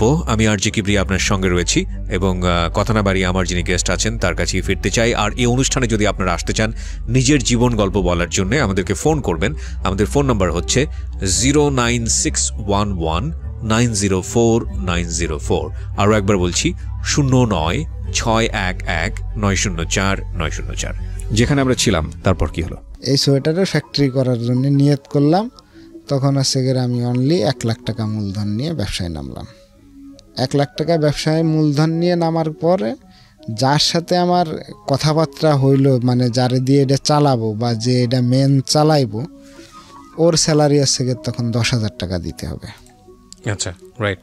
এখন তখন কিন্তু এই যে মানে ব্যবসাটা যে করব এটা কিন্তু কারোর সাথে শেয়ার করিনি, জাস্ট যাকে নিয়ে করব সে আর আমি। অথচ আমার এইখান থেকে মামার এইখানে দূরত্ব হচ্ছে গিয়ে হাইটে আসলে 2 মিনিট লাগবে। সেও কখনো যায় নাই, আর আমি তাকে বলছি কিন্তু বাট সে যায় নাই, কারণ তার এইখান থেকে চলে গেছিলাম রাগ করে, এই কারণে সেও রাগের আগে কখনো যায় নাই। তো যাই হোক, এদিক দিয়ে তার 10,000 টাকা বেতন দেওয়া লাগতেছে, এদিক দিয়ে ব্যবসা ততটা সুবিধাজনক না। লাস্টে করতে করতে আপনার ওইখানে প্রায় 2-2.5 লাখ টাকার উপরে দিনা হয়ে গেলাম। কানের বেতন দিতে হচ্ছে, এদিক থেকে সোয়েটারের সুতা কিনতে হচ্ছে। তো তারপরে একটা সুসময় ছিল যে আমি উঠে যেতে পারবো, কিন্তু হঠাৎ করে আমাদের দেশে হয়তো মানে খেয়াল আছে কিনা আপনার, এই নির্বাচন তার আগের নির্বাচনটা 14তে হয়েছিল, 14 মানে 13 শেষের দিকে। ওই নির্বাচনে আমাদের কথা ছিল, সব প্ল্যান প্রোগ্রাম ছিল সেগের বাংলাদেশের এই সোয়েটার ফ্যাক্টরির যে মানে বড় যে সংস্থা মানে কোম্পানি কাজ দেয়, এটা আছে রিংশান গ্রুপ। তা আমাদের কথাবার্তা রিংশান গ্রুপের সাথে হয় যে ওরা আমাদেরকে কাজ দিব। তো আমরা সেগের এই আশায় বসে থাকলাম যে নির্বাচন পরবর্তীতে হয়তো ডেভেলপ করতে পারবো, যার কারণে ধার দিনা মোটামুটি ভালোই করলাম। করার পরও চাইছিলাম যে টিকে থাকি, কিন্তু এই ধার দেনা এইগুলা মানে টোটালি শুধুমাত্র আমার ভিতরেই ছিল, যেটা বাইরের কেউ সেরকম জানতো না। তো তখন হচ্ছে গিয়ে আপনার আমাদের আগে মানে আমার আগে যে স্টেপটা ছিল, রিংশান গ্রুপের মাঝখানে যে মিডিয়াটা ছিল, এই মিডিয়াটা প্রায় 3.5 টন সুতা পুড়ায় ফেলায় দেয় নির্বাচনের কিছু আগ দিয়া। যখন এটা পুড়ায় ফেলায় দেয় তখন হচ্ছে গিয়ে রিংশান গ্রুপের সাথে তার সম্পর্কটা খারাপ, মানে মাঝখানে যে মিডিয়াটা কাজ এনে দিব তার সাথেই যখন সম্পর্ক নষ্ট হয়ে গেছে, অতএব আমার তো আর পাওয়ার কোনো সুযোগ নেই। এর ভিতরে আবার ঢুকে গেল হচ্ছে গিয়ে অটো মেশিন, মানে একসাথে আপনার 3-4 মাসের ভিতরে এই ঘটনাগুলা, যার কারণে আমি ওইখানে প্রায় সব মিলাই আপনার প্রায় 7 থেকে 8 লাখ টাকা ধরা খাই, যার আপনার 3 লাখ টাকার মতো ছিলাম দিনা। তো এইটা এখন মামা, এই যে বড় মামা, উনি আবার কিছুটা পরে ইনভলভ হয়েছিল, ইনভলভ হয়ে উনি প্রায় 1.5 লাখ টাকা উনি ভর্তুকি দিছে। 1 লাখ টাকার মতো আর কি জমি বিক্রি করে দিই, আর এই সেই করে মানে মোটামুটি দিনাটা কোনো রকম ক্লোজ হয়ে মানে চলে আসি, ব্যবসাটা বন্ধ। এই যে ধক্কলটা গেছে, এটাই পুরা আমি 3 মাসের মতো আমার ফ্যামিলির থেকেই আমি বিচ্ছিন্ন। ফ্যামিলি বলতে আমার আছে এক মা, তখন ফ্যামিলিটা আমার আছে গেলে এতটুকুই, কিন্তু তারপরও সেরকম কন্টিনিউ যোগাযোগ হইতো না। তখন আমি আম্মাকে বললাম যে আম্মা আপনি এক কাজ করেন, আমার তো এই অবস্থায় পড়ে গেছি, এখন তো কিছু করার নাই, আপনি মামাদের ওইখানে যেয়ে কিছুদিন থাকেন। তা উনি এই মামাদের এইখানে আসতো বিভিন্ন মানে প্রবলেমের কারণে উনি আবার চলে যেত, থাকতো না বেশি দিন। আসলে দেখা যাচ্ছে বলছি 1 সপ্তাহ থাকতে, সকালে আসতে বিকালে চলে গেছে, যার কারণে ওনার খাওয়া দাওয়া এটা সেটা সব কিছুতেই একটা অনিয়ম চলে আসলো। অনিয়ম চলে আসার কারণে ওনার ভিতরে আছে গিয়ে রোগে মানে রোগাক্রান্ত হওয়া শুরু করলো, হ্যাঁ আম্মা। কিন্তু উনি যদি তখন একটু ধৈর্য ধরে হয়তো মানে মামাদের ওইখানে থাকতো, তাহলে মনে হয় সেরকম কোনো সমস্যা হইতো না, কারণ মামারা 4 ভাই ইনকাম করে, মানে উনাকে একলারে চালায় নিয়ে যাওয়ার কোনো সমস্যা ছিল না। কিন্তু উনি এটা কেন জানি আর কি করতো না, যায় বাড়িতে একা থাকতো, একা এক ঘরে, বাইরে দিয়ে তালা মারা থাকতো। তা সবাই আমারে পরে একটা কথাই বলতো যে ওনার ইনকেস আল্লাহ না করুক যদি একটা দুর্ঘটনা ঘটে বা কেউ জানতেও পারবে না আর কেউ জানলেও কিছু করার থাকবে না, তালা ভাঙতে হবে। তা একটা সমস্যা, এটা নিয়ে বহুত করার পরে উনি এর ভিতরে আছে গের মানে দিন যাচ্ছে আর অসুস্থ হচ্ছে। তো তখন আছে গের সবাই আমি বাড়িতে গেলাম প্রায় অনেক দিন পরে। আর এই যে দিনাদায়ী হইছিলাম বা যে লসটা করছি, এই কারণে আমার যে ছোট বোন ছিল, এই ছোট বোনের কিছু গহনা বিক্রি করা লাগে। তো ছোট বোনের যখন গহনা বিক্রি করা লাগে তখন ওকে বলছিলাম যে তুই এক কাজ কর, আমার কাছ থেকে 6 মাস 1 বছর পরে গহনা নিয়ে নিস, আমি বানাই দিব তোকে। তো যখন এই সমস্যাটা হয়েছে হওয়ার পরে ও তো ব্যবসার শুরুর থেকে আর কি ওর কাছ থেকে এই গহনা বিক্রির টাকা নিয়েছিলাম। তো যখন ও দেখলো যে ব্যবসায় লস, তখন তো ওর গহনা আর আমি দিতে পারবো না বা দিলেও দেরি হবে। তখন সে আমাকে ডাইরেক্ট একটা কথা বলল যে আমার জামাই যদি আমাকে জিজ্ঞেস করে যে তোমার গহনা কী হয়েছে, তখন আমি তাকে বলবো যে আমার মা আর ভাই মিলে গহনা চুরি করে বিক্রি করে ফেলাইছে। তো তখন আমি ওকে বললাম যে তুই এরকম একটা কথা বলতে পারবি, তুই ভাবলি কেমনে যে হয়তো তোর গহনার দাম 60 থেকে 70 হাজার টাকা, তো তুই মারে চোর বলতে পারবি? তো তখন ও বললো যে আমার স্বার্থে আমি সব করতে পারি। তখন মানে আর কিছু বলার মতো ছিল না। তা আমি বললাম যে ঠিক আছে, আর কি করার। তো যাকে দেখতে আম্মা এরকম অসুস্থ হইতেই আছে। তো তারপরে নেক্সট ডে যখন বাড়ি গেলাম, বাড়ি যাওয়ার পরে এর ভিতরে যে স্ট্রাগল করছি আমি আশুলিয়ার থেকে ওইখান থেকে মানে চলে আসার পরে মহাখালীতে চায়ের দোকানে কাজ করি। হ্যাঁ, চায়ের দোকানে কাজ নিলাম। কারণ তখন হচ্ছে গের ওই আশুলিয়াতে মোটামুটি ও বাদেও কিছু দিন আছিলাম কিছু দোকানদারের মানে যেইগুলা দেয়া হয় নাই। তো তখন তো আর ওইখানে থাকতে পারবো না, আর মামা ওইখানে থাকতে দিতে রাজি না, বললো যে তুই এখানে থাকলে আমার সমস্যা হবে, তুই এখান থেকে চলে যা। তখন কি করব আসলে এতটা মাথায় কাজ করে নেই, আর টেনশন থাকলে এবার তো জানেনি যে মাথায় একটু কমই কাজ করে। তো তখন এসে অনেক কি না করে রাস্তায় ঘুরছি কিছুদিন যে আসলে আমার কি করা উচিত। আর এসে ভাবছি যে যারা রোজে কাজ করে ওদের সাথে কাজ করব। তখন আবার শারীরিক অবস্থা এতটাও ভালো ছিল না যে আমি চাইলে এই কাজ করতে পারবো। কারণ দেখা যাচ্ছে 1 দিন 2 দিন শুধু পানি বা একটা রুটি খেয়া রইছি। তা শারীরিক অবস্থা ভালো না থাকার কারণে তখন কারোর কাছে রোজেও ঢুকতে পারি নাই। তারপরে যাক আমাদের এক পরিচিত এক চায়ের দোকানদার ছিল, ও বলল যে এক কাজ করো, আমি তো মাসখানিকের লেগে বাড়ি যাব, তা তুমি আমার চায়ের দোকানটা চালাও। তো এটা হচ্ছে গিয়ে মহাখালী ফ্লাইওভারের তলেই ফুটওভার ব্রিজের ওইখানে ওই চায়ের দোকানটা চালাইলাম 1 মাস। এখন ওই চায়ের দোকান চালাইতে যে দেখলাম কি যে আমার লাভের চাইতে লস। মানে হয়তো কিছু টাকা পাইতাম, কিন্তু এটাই কিছু বাকি আর নিজের খাওয়া খরচে চলে গেছে। ওইখানতে আবার কি করলাম, এক বন্ধুর সাথে কথা বলে এদের কোম্পানিতে সিকিউরিটি গার্ডের চাকরি নিলাম। ওইখানে 6,000 টাকা বেতনের চাকরি নিলাম। 6,000 টাকা বেতনের চাকরি নিলে এখন যেহেতু বন্ধুবান্ধব সবই এক জায়গায়, মানে তখন ওই জায়গায় আবার 4-5 জন বন্ধুবান্ধব হয়ে গেলাম। এখন সময় পাস করার জন্য কারণ কাজ নাই, মানে এটা হচ্ছে গিয়ে ডেভেলপার সাইট, তো সেরকম কোনো কাজই নাই। তো কাজ না থাকার কারণে দেখা যাচ্ছে 4 জন এক জায়গা হইলেই পাড়ায় বসতাম তাস খেলতে। এই তাসটা খেলা হচ্ছে গিয়ে আপনার বেসিক্যালি মানে কিভাবে নেবেন জানি না, 6,000 টাকা বেতন পেলে দেখা যাচ্ছে এই তাস খেলার পিছে 2-3 হাজার টাকা খরচ হয়ে যেত। মানে জুয়া না হইলেও জুয়ার মতো।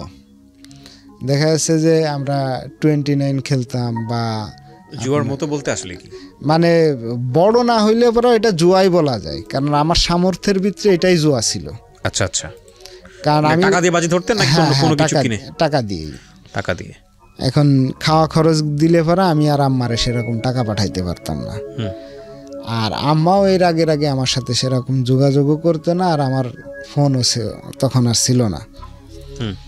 তা আম্মা এই যে একবার মামাদের বাড়ি আসে, আবার যায়, কিন্তু উনি খাওয়া দাওয়া করতো না ঠিক মতো। আচ্ছা, এটা তো আর কেউ দেখাইতো না আর কাউরে ইও করতো না, মানে মনে মনে আমাদের এটাই এসে গের মনে মনে। তো যাক, পরে উনি অসুস্থ হইলো, পরে আমারে আমি বাড়ি গেলাম, বাড়ি গেলে এবার আমারে বললো যে তুমি এক কাজ করো, আমি বিয়ে শাদি করো। তো তখন আমি বললাম যে আমার তো শুরুর থেকে আমি আপনাকে বলে এসছি যে আমি আর জীবনে আর কিছু যেমন তেমন বিয়েটা অন্তত আপনার পছন্দ মতো করতে চাই, কারণ যেহেতু থাকবেন আপনি আর সে, অতএব আপনার পছন্দ মতো আনলে পারাই সবচেয়ে বেটার। সেটা বাবাকে বললেন? না, মাকে। মাকে বললেন? বাবা তো মারাই গেছে। হ্যাঁ, বাবা তো মারা গেছে 2010 সালে। তখন আমাকে বললাম যে আপনার যদি পছন্দ হয় কোনো মেয়েকে আপনি নিয়ে আসেন, আমি বিয়ে করতে রাজি, তাতে কানা খুড়া বুবা আমার দেখার সময় নেই। আপনার সুবিধার্থে বিয়ে করব, আপনি যেটা পছন্দ করবেন সেটাই।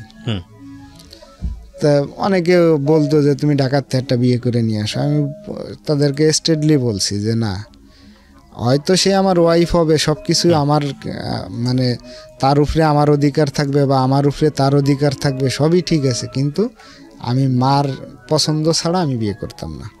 আচ্ছা, এটা সেখানে আমার শুরুর থেকেই কথা ছিল এটা। তো যাই হোক, আপনার 2014 শেষের দিকে এসে সেখানে আমার বিয়ে করাইলো ওনার পছন্দ মতোই। কিন্তু যখন বিয়ে করায় তখন হচ্ছে গিয়ে আমি মানে অর্থনৈতিক অবস্থা তো ভালো না। তো ছোট বোনে 10,000 টাকা দিছিল বিয়ে করার জন্য। জি, আমার পকেট ফাঁকা। 10,000 টাকা দিলে তখন আমি আবার মার কাছ থেকে অন্য লোকের মাধ্যমে 5,000 টাকা নিই, যেটা ধার হিসাবে। তা এই ধারের টাকাটা আর মারে ফেরত দিতে পারি নাই। আচ্ছা, মানে এই টাকাটা আমি ওনারে বলছিলাম যে মা আমার 5,000 টাকা লাগবো, তুমি আমারে দাও, বিয়ে দরকার 2 মাস পরে করাও। তো তখন আম্মা বলছিল যে না, তোমার আর আমি 5টা পয়সাও দেব না। আচ্ছা, কারণ তুমি আমারে বহুতই করিছো, এখন এই টাকাটা দিছে তোমার ছোট বোনে তোমারে বিয়ে করানোর জন্য। কত টাকা? 10,000 টাকা। 10,000 টাকা। আচ্ছা, ওইখান থেকে এখন আমি চাওয়ার পরে যখন দিল না, তখন আমি আবার মানে অন্য লোকের মাধ্যমে ওইখান থেকে 4,000 টাকা নিয়ে আই। তো 4,000 টাকা নিয়ে এলে পরে কয়েকটা মেয়ে দেখলো, মানে হয় না, মেলে না, মানে যে কোনো কারণবশত মেলে না। তো তখন আমি আম্মারে বললাম যে তাহলে এক কাজ করো, যে কয়েক মাস পরে করো। এর ভিতরে আবার আমার একটা চাকরির কথা হইলো। জি। তো তখন আম্মা কইলো যে না, তোমার বিয়ে আমি এইবারই করাবো। তা আমাদের এলাকার মানে ওনাকে ছোট করে বলা ঠিক হবে না, আমার শ্বশুর যিনি মানে মোটামুটি দারিদ্রতার ভিতরে আছে। ওনার ভিটে বাড়ি সেরকম বলতে নাই, ওনার মানে আমার শ্বশুরের ভিটা বাড়ি নাই, আবার উনি নিজেও ইনকাম করে না। আচ্ছা, তো এরকম একটা পরিবার দেখে আপনার বিয়ে করা। আমার বিয়ের দিনে আমাকে আম্মা বাজার করতে দিল অনলি 1,000 টাকা। ওকে, বললো যে এটা দিয়ে বাজার করে নিয়ে আসো। বাজার বলতে আমার নিজের পোশাক, মানে তখন আমার এরকম অবস্থা যে মানে কোনো কিছুই নাই। তো তখন হচ্ছে গিয়ে 1,000 টাকা দিল, যে 400 টাকা দিয়ে একটা প্যান্ট কিনলাম আর 300 টাকা দিয়ে একটা শার্ট কিনলাম।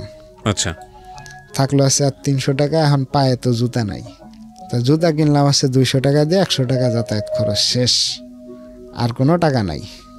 বিয়ের দিনে গেলাম, এরা সব কিছু আগের থেকেই কথাবার্তা বলে রাখছে যে এইভাবে করবো, যে বিয়ের যে আনন্দ বা এটা তো আর হইলই না। কিন্তু আমি বিয়ে যে সময় করতে যাব তার মানে 10 মিনিট আগেও আমি জানতাম না যে কোন বাড়ি কার সাথে, মানে কোন বাড়িতে বিয়ে আছে। মেয়েকে দেখছিলাম, কিন্তু কোন বাড়িতে বিয়ে আছে এটা আমি আগেও জানতাম না। আচ্ছা, জামাই সেজে গেছি তখনই আসছে গিয়ে আমি জানলাম যে আমার এই বাড়িতে বিয়ে আছে। যাক, মোটামুটি বিয়ে শাদি করে নিয়ে আসলাম। বিয়ে করে আসার পরে এখন সব কিছু শেষ, এখন আমার আর কিছু বলেও না, কেউ কিছু করেও না। তো তখন আমি আম্মারে জিজ্ঞেস করলাম যে আম্মা, বাসর রাত্রে শুনছি যে আপনার কাবিনের টাকা যে কোনো কায়দায় মাফ করাইতে হয়, নাইলে নাকি এটা হালাল হবে না। আচ্ছা, তা এখন আমি কি করব? আমার কাছে তো চাইলে না পয়সাও নাই বা অন্য কোনো কিছু নাই। তো তখন লাস্টে বাধ্য হয়ে আপনার 11টার দিকে, রাত 11টার দিকে আমার 100 টাকা দিল, দিয়ে বললো যে এটা রাতে দিয়ে তুই কাবিনের টাকা মাপ নিস। তো তখন হচ্ছে এই 100 টাকা দিয়া রাতে দিয়া কাবিনের টাকা আর কি যেটারে মাফ করাইতে বলে এটা আর কি মাফ করানো হইল। যাক এরপরে 7 দিন পরে চলে আসলাম চাকরিতে, এসে মোটামুটি ভালো স্যালারি পাচ্ছিলাম। কিন্তু এই বিয়ের আগে মানে ওই যে 4000 টাকা হার কাছ থেকে নিছি আমার কাছ থেকে আরেকজনের মাধ্যমে, এখন এইটার কি করা যায়? এটা পরে একজনে বুদ্ধি দিল যে পাশে একজনে সুদের ব্যবসা করে। আপনি কিছুই করতেন না ওই সময়টাতে? না, এর আগে ওই যে কিছুই করতাম না বলতে, বিয়ে করলেন যখন তখন কিছুই করতেন না? এর আগে যে সিকিউরিটির চাকরি করছি 6000 টাকা বেতন পাইছি, খাইয়ে পরেই শেষ। আচ্ছা, মানে তখন 1 টাকাও বাড়ি দেওয়ার মতো ছিল না। আরো তখন বরং খালি হাতে বিয়ে করলেন? একবারে খালি হাতে। আচ্ছা, আমার সম্বল বলতে কিছুই ছিল না। ওকে। ঢাকায় যখন চলে আসলাম তখন আর কি আম্মা সেই লোকরে ধরলো যে তুমি আমার টাকা দাও না, তুমি কারে দিছো এটা আমার দেখার বিষয় না। তখন সে আমারে বললো যে ভাই এক কাজ করো, তুমি এখন তো চাকরি বরাত করো, তাইলে আমাকের কাছ থেকে 4000 টাকা সুদের উপরে নাও, নিয়ে আমারে দাও, আমি আরে দিয়ে দিই। তো তখন আমি কি করলাম যে ঠিক আছে আমি সামনের মাসে এসে দিচ্ছি। আচ্ছা, যেহেতু নতুন বিয়ে করছি পরের মাসে গেছি, যে 4000 টাকা সুদের উপরে নিলাম। আচ্ছা, এই হচ্ছে গিয়ে আমার লাইফে ফার্স্ট সুদের কারবার। তো সুদের উপরে নিলাম, নেওয়ার পরে আরে দিলাম যে তুমি এবার দিয়ে দাও। তা ওইটা দিয়ে আম্মা কি করছে বা কি না করছে এটা আমি অবশ্য জানি না। এখন 4000 টাকায় আপনার সুদ হচ্ছে গিয়ে 800 টাকা। এখন আমি তখন বেতন পাই হচ্ছে গিয়ে 7000 টাকা। আচ্ছা, তাই 7000 টাকা দিয়ে দেখা যাচ্ছে 1000 টাকা হারে দিয়ে দিই সুদে, 800 টাকা। তো 1000 টাকা ওইদিকে চলে গেলে পরে আপনার এদিকতে নিজের খাওয়া খরচ, মাসে 2 বার বাড়ি যাওয়া লাগে গড়ে, মানে বাড়ি যাইতে এদিকতে বোর প্রেশার, বাড়ি আসতে হইব। তো দেখা যাচ্ছে যে সব মিলাই ওই যে সুদের টাকাটা দিতাম এই টাকাটাই আমার উপরে জুলুম। তখন কি করব, 2-3 মাস পরে আবার 5000 টাকা নিলাম সুদের উপরে। আচ্ছা, সুদ তাহলে এখন হইল হচ্ছে 10,000 টাকা। জি। এই করতে করতে করতে করতে মানে সুদের হার বাড়তে থাকলো। সুদের হার যখন বাড়তে থাকলো এখন তো অবস্থা আরো বেশি খারাপ। তখন কি করলাম, ওইখান থেকে আবার চাকরি চেঞ্জ করলাম। চাকরি চেঞ্জ করলে আপনার যখন চেঞ্জ করব তখন আবার একজন একটা বুদ্ধি দিল যে এক কাজ করো, তাহলে চাকরির পাশাপাশি কিছু করার চিন্তা ভাবনা করো। তো যার কাছ থেকে সুদের টাকা আনছিলাম ওর সাথেই কথা বলে ও একটা ইসের কথা বলল যে ঠিক আছে আমি 20,000 টাকা নেব আর এই মাল জিনিসগুলো পাঠাবো, এগুলো তোমরা বিক্রি করে যা লাভ হয় এই টাকাটা আমারে দিবা। তা সুদের ব্যবসারও যে মিডিয়া ছিল সেও রাজি হইল কথায়, যে সুদের উপরে টাকা দিব সেও রাজি হইল, আমিও রাজি হইলাম। কথা ছিল আমি ঢাকার থেকে আপনার ইসের থেকে চকের থেকে কসমেটিক্স পাঠাবো। ওরা যে সুদের যে মাঝখানে যে মিডিয়া ছিল ও তখন বেকার, বললো যে আমি এটা ভ্যান গাড়িতে বেচবো, যা লাভ হইব 50-50। তা আমি বললাম 50-50 যদি হয় তাহলে আমি একটা হিসাব করলাম যে ওরে সুদের টাকা দেওয়ার পরেও আমার হয়তো কিছু থাকবে। তা আমি রাজি হইলাম। কিন্তু যে টাকাটা দিবে সুদের উপরে তার কথা আসছে গের ভাই তুমি ব্যবসা করো সমস্যা নাই, কিন্তু আগে আসছে গের আমার সুদ, তারপরে আসছে অন্য কথা। লাভ হোক আর না হোক এটা আমার দেখার বিষয় নয়, তুমি জিনিস দিবা আমি বিক্রি করব, ঠিক আছে, না করলে পরে তুমি আমারে বলতে পারবা না যে তুমি করলা না কা। মানে সে তার থেকে তার দায়বদ্ধতা থেকে দূরে চলে গেল। তখন আমি বললাম যে ঠিক আছে, তখন আমি আবার 20,000 টাকা নিলাম। তখন আছে টোটাল 30,000 টাকা সুদের উপরে। আর 30,000 টাকা সুদের উপরে এলে তাকে দেওয়া লাগে আসছে গের আমার 5,500 টাকা দেওয়া লাগতো, মানে 500 টাকা এরা আমার ছাড় দিল। তখন আমি আবার এইখান থেকে চাকরি ছেড়ে 14,000 টাকার চাকরিতে ঢুকলাম। এইখান থেকে ছেড়ে 14,000 টাকার চাকরিতে ঢুকলাম, কিন্তু আমার সুদের হার কিন্তু এখন 5,500 টাকা। এখন ওই একই অবস্থা, মানে খাইয়ে পরে দেওয়ার পরে সুদের টাকাটা এই যায় মানে কেমন যেন একটু টানাটানি পড়ে যায়, ওইটাই ভালো মতো দিতে পারি না। এরপরে আম্মা আছে হঠাৎ করে ওনার আবার ডায়াবেটিস ছিল, উনি আছে হঠাৎ করে পা কাটলেন।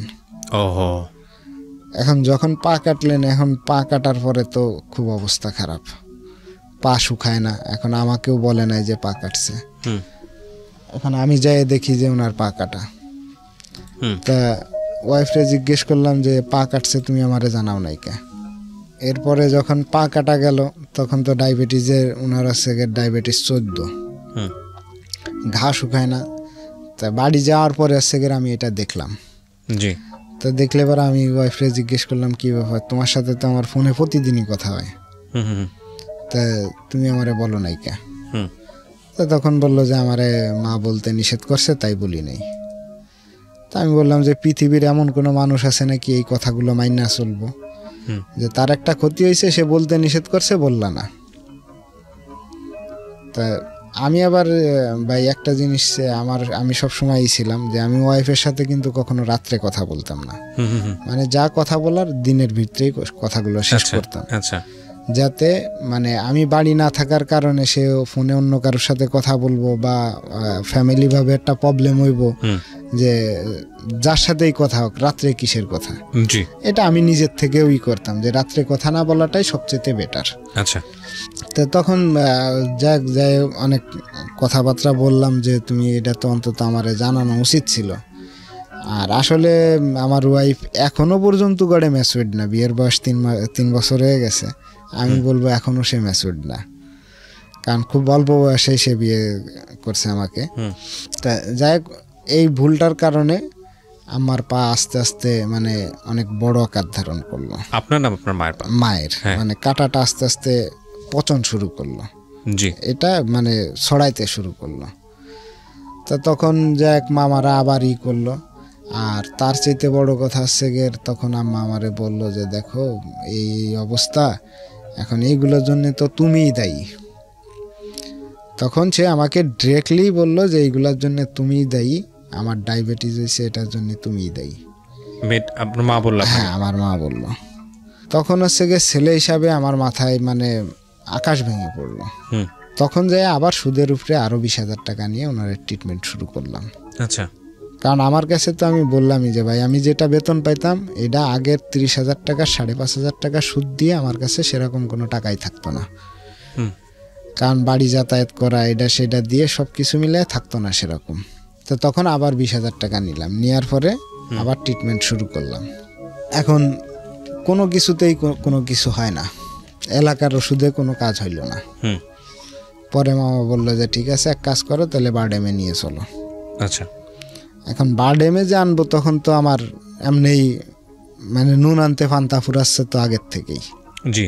তখন কি করার, আপনার বারডেমের একটা শাখা আছে টেকনিক্যালে, ওইখানে ভর্তি করা হলো। আচ্ছা। তো ওইখানে ভর্তি করার পরে যেভাবে মোটামুটি ট্রিটমেন্ট করা হলো, ট্রিটমেন্ট করাইলে পরে ওইখানে টোটাল বিল আসলো আপনার সব মিলাইয়ে লাস্টে যখন রিলিজ করাইতে যাব তখন আপনার 47,000 টাকা আসলো। আচ্ছা। আপনার বিল আসলো। তা ওর ভিতরে আমি কত দূর মানে যত দূর পারছিলাম দিছিলাম, সম্ভবত আপনার 16-17 হাজার টাকা দিছিলাম।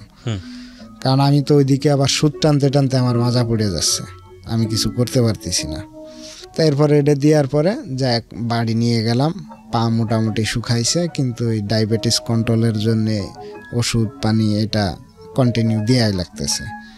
এখন আমার খরচ আরও বেড়ে গেছে। এখন খরচ বেড়ে গেলে পরে আমি আগে পিছের কোনো চিন্তা না করে আমি সবসময় চেষ্টা করছি তার চাহিদাটা আগে পূরণ করতে। হ্যাঁ, মা। তো যাকের ভিতরে আপনার আবার শুরু হইলো অন্য সমস্যা, যেরকম আজকে শরীর ব্যথা, কালকে মাথা ব্যথা, যেগুলো প্রচণ্ড আকার ধারণ করতো। পরশুদিন জ্বর, মানে একটার পর একটা সিরিয়াল দিয়ে মানে অসুস্থ, মানে মনে হচ্ছে যে কিভাবে বলবো, মানে একটা শেষ হচ্ছে আর একটা আসতেছে। তো তখন আম্মা আমারে বললো যে এখন কি করবো, আমি তো এইভাবে আর থাকতে পারতেছি না, তোমরা পাও চিকিৎসা করছো ঠিক আছে, কিন্তু এখন আমি কি করব, আমার তো আর মানে কোনো কিছুই হয় না। আর এই কাটার পরে যে ওনার পাও ফুল ছিল, এই ফুলাটা কিন্তু তখনও কমে নাই, মানে কাটার সারার পরে ওনার পাটা আর কি ফুলা ছিল, হ্যাঁ। মাংসপেশি। তো এইটা তো আর আসলে চিকিৎসা ক্ষেত্রে আমরা অতটা মানে যারা না বুঝে তারা কিন্তু এই প্রবলেমগুলোতে বেশি পড়ে। জি। তা পরে দেখা যাচ্ছে আজকে মাথা ব্যথা, কালকে বুক ব্যথা, মানে একটার পর একটা আছে। আর এদিক থেকে বউ অশান্তি শুরু করা ধরছে যে বাড়ি আম্মা এইটা করে এইটা করে, আমার ভাল লাগে না, থাকি দুইজনে, এই চিৎকার চেঁচামেচি করতেছে মাঝে মধ্যে, এখন কি করার। তা তখন আবার ওনারে নিয়ে আসলাম ঢাকাতে, আচ্ছা, ট্রিটমেন্ট করার জন্য। তো যখন ঢাকাতে ট্রিটমেন্ট করার জন্য আনবো তখন উনি আমাকে একটা কথা বলল যে পকেটে যদি টাকা না থাকে তাহলে আমারে ঢাকায় নিয়ে না। যদি টাকা পকেটে যদি টাকা না থাকে তাহলে আমারে ঢাকা নিয়ে না। আচ্ছা আচ্ছা। তা আমি বললাম যে টাকা আছে। বললো যে টাকা আছে মুখ দিয়ে বললে হবে না, আমারে দেখাইতে হবে। এখন তখন কিবরিয়া ভাই আমার কাছে সম্ভবত 1002 টাকার মতো ছিল। তবে মাকে ঢাকায় নিয়ে কি করবেন? ওনারে ট্রিটমেন্ট করতে হবে। আচ্ছা। কারণ ওনার যে বললাম না যে একটা সমস্যা শেষ হচ্ছে আর একটা আসতেছে, এটা কারণ ডায়াবেটিসটা কন্ট্রোলে ছিল না, যেটা মনে হয়। হ্যাঁ, ডায়াবেটিসটা কন্ট্রোলে থাকা না থাকা এটা সেগের আসলে ওই সময় মিন করি নাই। ওই সময় ডায়াবেটিস কন্ট্রোলে ছিল, সমস্যা ছিল অন্য জায়গাতে।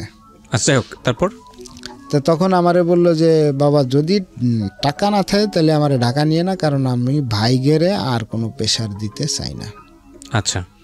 কারণ ওনার ভাইরা প্রেশারে পড়ছে, এক আব্বা মারা যাওয়ার আগে যখন ওই যে লোহাগাড়ার থেকে বাড়ি যাওয়ার আগে ওইখানে 3 মাস ছিল, এই একটা ভাইদের উপরে প্রেশার পড়ছে।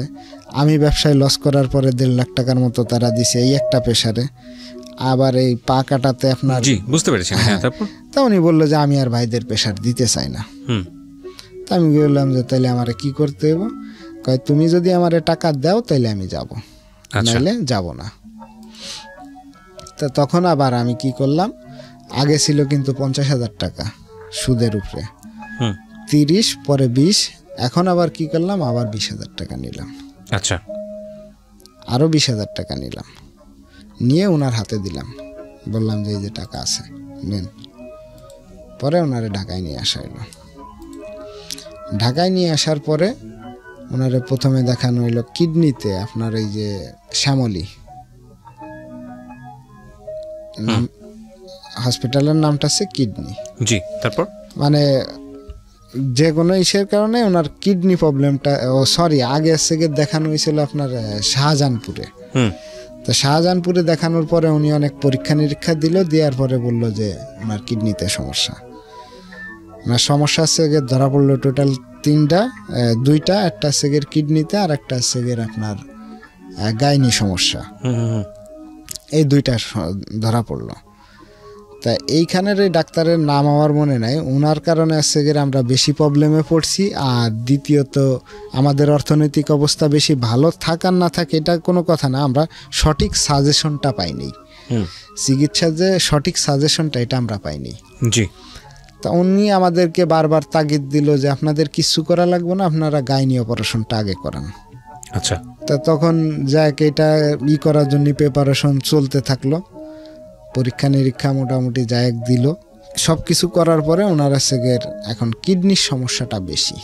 মানে পরে যখন দ্বিতীয়বার আপনার ঢাকায় আনা হইলো, ওনারা এখান থেকে দেখানোর পরে ঢাকায় বাড়িতে নিয়ে যাওয়া হয়, কিন্তু বাড়িতে নিয়ে যাওয়ার পরে কোনো ওষুধে কোনো কাজ না হওয়ার কারণে আবার ঢাকাতে আনা হয়, তখন আর সেগের কিডনিতে দেখানো হয়।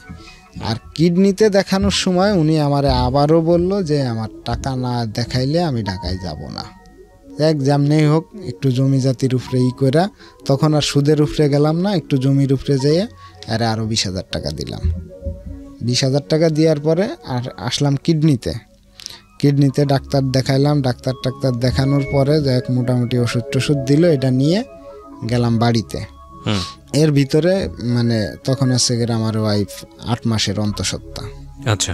আরও ঝামেলা বাড়তেছে, তখন আছে গের আমার মানে পায়ের অবস্থাও বেশি ভালো না। প্রিয় শ্রোতা, আপনারা শুনছেন প্রাণ মিস্টার ম্যাঙ্গো ক্যান্ডি প্রেজেন্স জীবন গল্প। আমি আর জি কিবরিয়া আপনার সঙ্গে রয়েছি। আমি কথা না বাড়িয়ে গেস্টের কাছে আবারও ফিরতে চাই যেখানে আমরা ছিলাম। তারপর কি হলো? তখন আছে গের মানে এদিকতে আমার ওয়াইফ 8 মাসের অন্তঃসত্ত্বা, এদিকতে আছে গের আমার এই অবস্থা। এখন টাকা তো হাতে নাই, যে টাকা আনছিলাম 20,000 টাকার, উনি সব খরচ বরচ করে 7,000 টাকা ছিল। এই 7,000 টাকা নিয়ে যাওয়ার পরে ওনারে কিডনির থেকে বাড়ি ফিরতেছি, আর এ পাশে ওয়াইফ রেসে হসপিটালে ভর্তি করছে। ভর্তি করলে পরে আমি এখান থেকে যে পৌঁছাইলাম হচ্ছে সেদিনকে রাত 12টা বাজে, আর 11টার দিকে আসছে আমার একটা মেয়ে হইলো, মেয়ে বাচ্চা।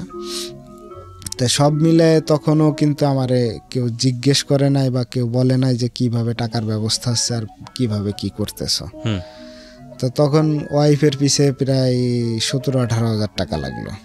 আচ্ছা, এখন এই টাকাটা আবার কি করব, সুদের উপরেই নিলাম। তখন আমার সুদের টাকা আসছে 90,000 টাকা হলো। আচ্ছা, এখন কারণ আমি তো নিরুপায়, আর যা করতেছি সব মনে মনে, মানে বহির্প্রকাশ করি না, কারণ কার কাছে করব, করার মতো সেরকম কেউ নাই। কারণ যারা ছিল হচ্ছে তারা সবাই দূরে, আগের সব ঘটনার কারণে। জি। তা কি করব, বউ বাচ্চা নিয়ে যাক মোটামুটি ভালোই করলাম, মানে সুদের টাকার উপরে হইলে পরাও মোটামুটি ভালোই হইল। কিন্তু লাস্টে আমার মেয়ের বয়স যখন 25 দিন, তখন 15 দিন, তখন হচ্ছে আমার মায়ের অবস্থা একেবারেই খারাপ। এদিক থেকে বউ তো আর বাড়িতে এসে থাকতে পারবে না, মানে এই অসুস্থ রোগীর নিয়ে থাকতে পারবে না। তখন আমি বউরে কইলাম যে তাহলে তুমি এক কাজ করো, কিছুদিন বাপের বাড়ি থাকো, আর আম্মারে তাহলে কি করা যায় মামাদের ওইখানে পাঠাই দেই। তো তখন আম্মারে পাঠাই দিলাম মামাদের বাড়ি। মামাদের বাড়ি পাঠাই দিলে ওই যে প্রবলেম একটাই, মানে উনিও মানবতা চিন্তা করতে যে একজনের পানি খাইতে হইব, একজনের কাছে পানি চাইবো, তার যদি কষ্ট হয় এই কারণে তার কাছে পানিও চাইতো না, কিন্তু এই কষ্টগুলো আবার মনে মনে রাখতো। আপনার মা? হ্যাঁ, কিছুটা আপনি আপনার মায়ের ধাঁচ পেয়েছেন। ওকে। মানে যা আছে, যাদের যা প্রবলেম হোক নিজেদের মনে মনে। এইভাবে চলতে চলতে হঠাৎ করে আমি চিন্তা ভাবনা করলাম যে মানে আমি আসলে এই রোগ শোকে যে বললাম না যে সব কিছুর থেকে আমারে অ্যাভয়েড রাখছে, আমি এই সম্পর্কে এত জানি না। পরে একজনের সাথে কথা বলতে বলতে বললো যে ডায়ালিসিস করলে যাক মোটামুটি ভালো হবে। তো এখন আমার ঘাড়ে কিন্তু 90,000 টাকা সুদের উপরে রয়েছে। তারপরেও আমি বলছি যে আমার স্থাবর অস্থাবর যা আছে সব বেচে আমি যদি 1 মাস পারি এই 1 মাসই ডায়ালিসিস করে রাখবো, কিন্তু তারপরে আমি ডায়ালিসিস করব। তো এখন মামারা আসলে কোনো দিকে আর আগাচ্ছে না, কারণ আগাইলেই তো টাকা লাগবে। জি। তারাও আর এখন কোনো মানে করতেছে না, তারা নর্মালি যে যতদিন থাকে এখন কিছু করার নাই। আমি আজকে শুক্রবারে বাড়িতে যাওয়ার কথা, যে শুক্রবারে যাই ডায়ালিসিস করব। হঠাৎ করে বৃহস্পতিবারে আমার ফোন দিল যে তোমার আম্মা মারা গেছে। এটা হচ্ছে 5 তারিখে, কিন্তু আমি হচ্ছে 3 তারিখে এসে নতুন একটা কোম্পানিতে জয়েন করি। এখন পুরন কোম্পানির থেকেও বেতন পাই নাই, নতুন কোম্পানিতে তো কেবল আসছি। তা তারপরেও আমি 2 কোম্পানিতেই আগের থেকেই বলছিলাম যে স্যার আমার আম্মা অসুস্থ, আমার টাকা লাগবে, আপনারা টাকা দিয়েন। তো বৃহস্পতিবারে আসছে বিকালবেলা আমার নতুন কোম্পানির থেকেও টাকা দেওয়ার কথা, পুরান কোম্পানির থেকেও টাকা দেওয়ার কথা, কিন্তু আমি যে ফোন পাইছি সকালবেলা, তখন আমার পকেটে 4 আনা পয়সাও নেই। তো তখন আমি স্যাররে ফোন দিলাম, মানে নতুন কোম্পানির স্যাররে ফোন দিলাম যে স্যার এই ব্যাপার। কারণ আসলে বাস্তবতাটা আছে এইটাই যে দুর্ঘটনার খবর কিন্তু বলা লাগে না, অনেক সময় বোঝা যায়। আমাকে বাড়িতে ডিরেক্টলি বলে নাই, কিন্তু তারপরেও আমি ফিল করছি। তো আমি বললাম যে স্যার আমার যাইতেই হবে, এখন কিছু করার না, আমার টাকা লাগবে। উনি বললো যে টাকা তো একটু দেরি হবে দিতে। তা আমি বললাম যে দেরি হোক আর না হোক এটা আমি জানি না, কিন্তু আমার কিছু টাকা হইলে পরাও আগে দেন, 500-700 টাকা হইলেও দেন। এখন আমি তো ওনারে সরাসরি বলতে পারতেছি না যে মারা গেছে, কারণ যেহেতু আমি নিজেই কনফার্ম না যে মারা গেছে কিনা। এখন আল্লাহ না করুক যতই ফিল হোক, আপনার কিন্তু এটা অ্যাডভান্সলি বলা আমার মনে হয় না যে ঠিক হবে। তা আমি ওনারে বললাম যে উনি খুব অসুস্থ, আমার যাইতেই হবে। তা উনি বললো যে দেরি হবে। এবার আমি যে পৌঁছালাম, পৌঁছানোর পরে সবাইরে জিজ্ঞেস করলাম যে সবাইরে কি বলা হয়েছে নাকি। মামাদেরকে বললাম যে সবাইরে বলা হয়েছে। তা মামা বললো যে হ্যাঁ সবাইরেই বলা হয়েছে। তাই সবাইরে বলা হইলে পরে তাহলে কই কেউই তো আসলো না। হুম টোটালি যে আমার বাপের মানে আব্বুর সাইডের যে আত্মীয় স্বজন হুম এরা কেউ যায় নাই। এখন এইটা দেখার কারণে আমার নানি বলল যে লাশ আমরা তোমাদের ওইদিকে দেব না, আমার মেয়ে আমার এলাকায় থাকবে। হুম তা আমি তখন বললাম যে দেখেন আর কিছু যেমন তেমন অন্তত লাশটা ওইদিকে থাকলে আব্বার কবরের পাশাপাশি দিলে পরেও তো একটা ভালোই হইব, গোরস্থানে হোক সমস্যা নাই। কয়েন আমি দেব না ওইদিকে, মানে সে আমাকে এরকম ডিরেক্টলি বলে নাই, কিন্তু ঘুরায় ফিরায় আমাকে খালি একটা কথাই বলতেছে যে না ওইদিকে দেওয়া হবে না, মানে বিভিন্ন অজুহাত দেখায়। তা আমি বললাম ওকে ফাইন, এখন কি করার, কারণ আমার যেহেতু ব্যাকআপ কেউ আসে না, আত্মীয় স্বজন কেউ যখন আসে নাই সবই তাদের আত্মীয় স্বজন, তখন তো এই জায়গায় আমার আর কিছু বলা চলে না। আমার চাচা তখন বাড়িতে, চাচা আসে নাই, চাচি আসে নাই, মানে আদারওয়াইজ কেউই আসে নাই আমার বাপের ওই সাইডের থেকে, আব্বুর আত্মীয় স্বজন। যাক আমার এইখানেই হইলো, দাফন হইলো। এখানেই দাফন দেওয়ার পরে এখন আমার তো এই যে মনে করেন যে 90,000 টাকা সুদ, এটা দিন যাচ্ছে দিতে হবে, দিন যাচ্ছে দিতে হবে। তা এর মধ্যে হচ্ছে গিয়ে আমি নতুন ফ্যাক্টরিতে আসার পরে বিজনেসের একটা লাইন পাইলাম।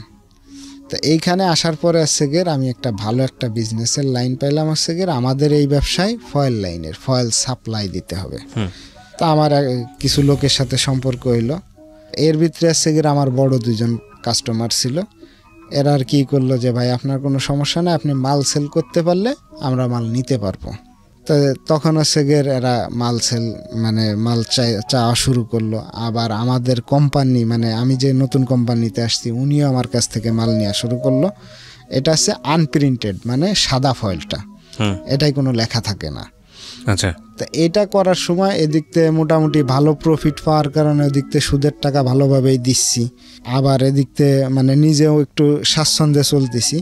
কিন্তু এই ব্যাকআপটা নিয়েছিলাম আমার এক পরিচিত ভাইয়ের কাছ থেকে, ওনার কাছ থেকে প্রথমে 40,000 টাকা নিয়ে এটা শুরু করি।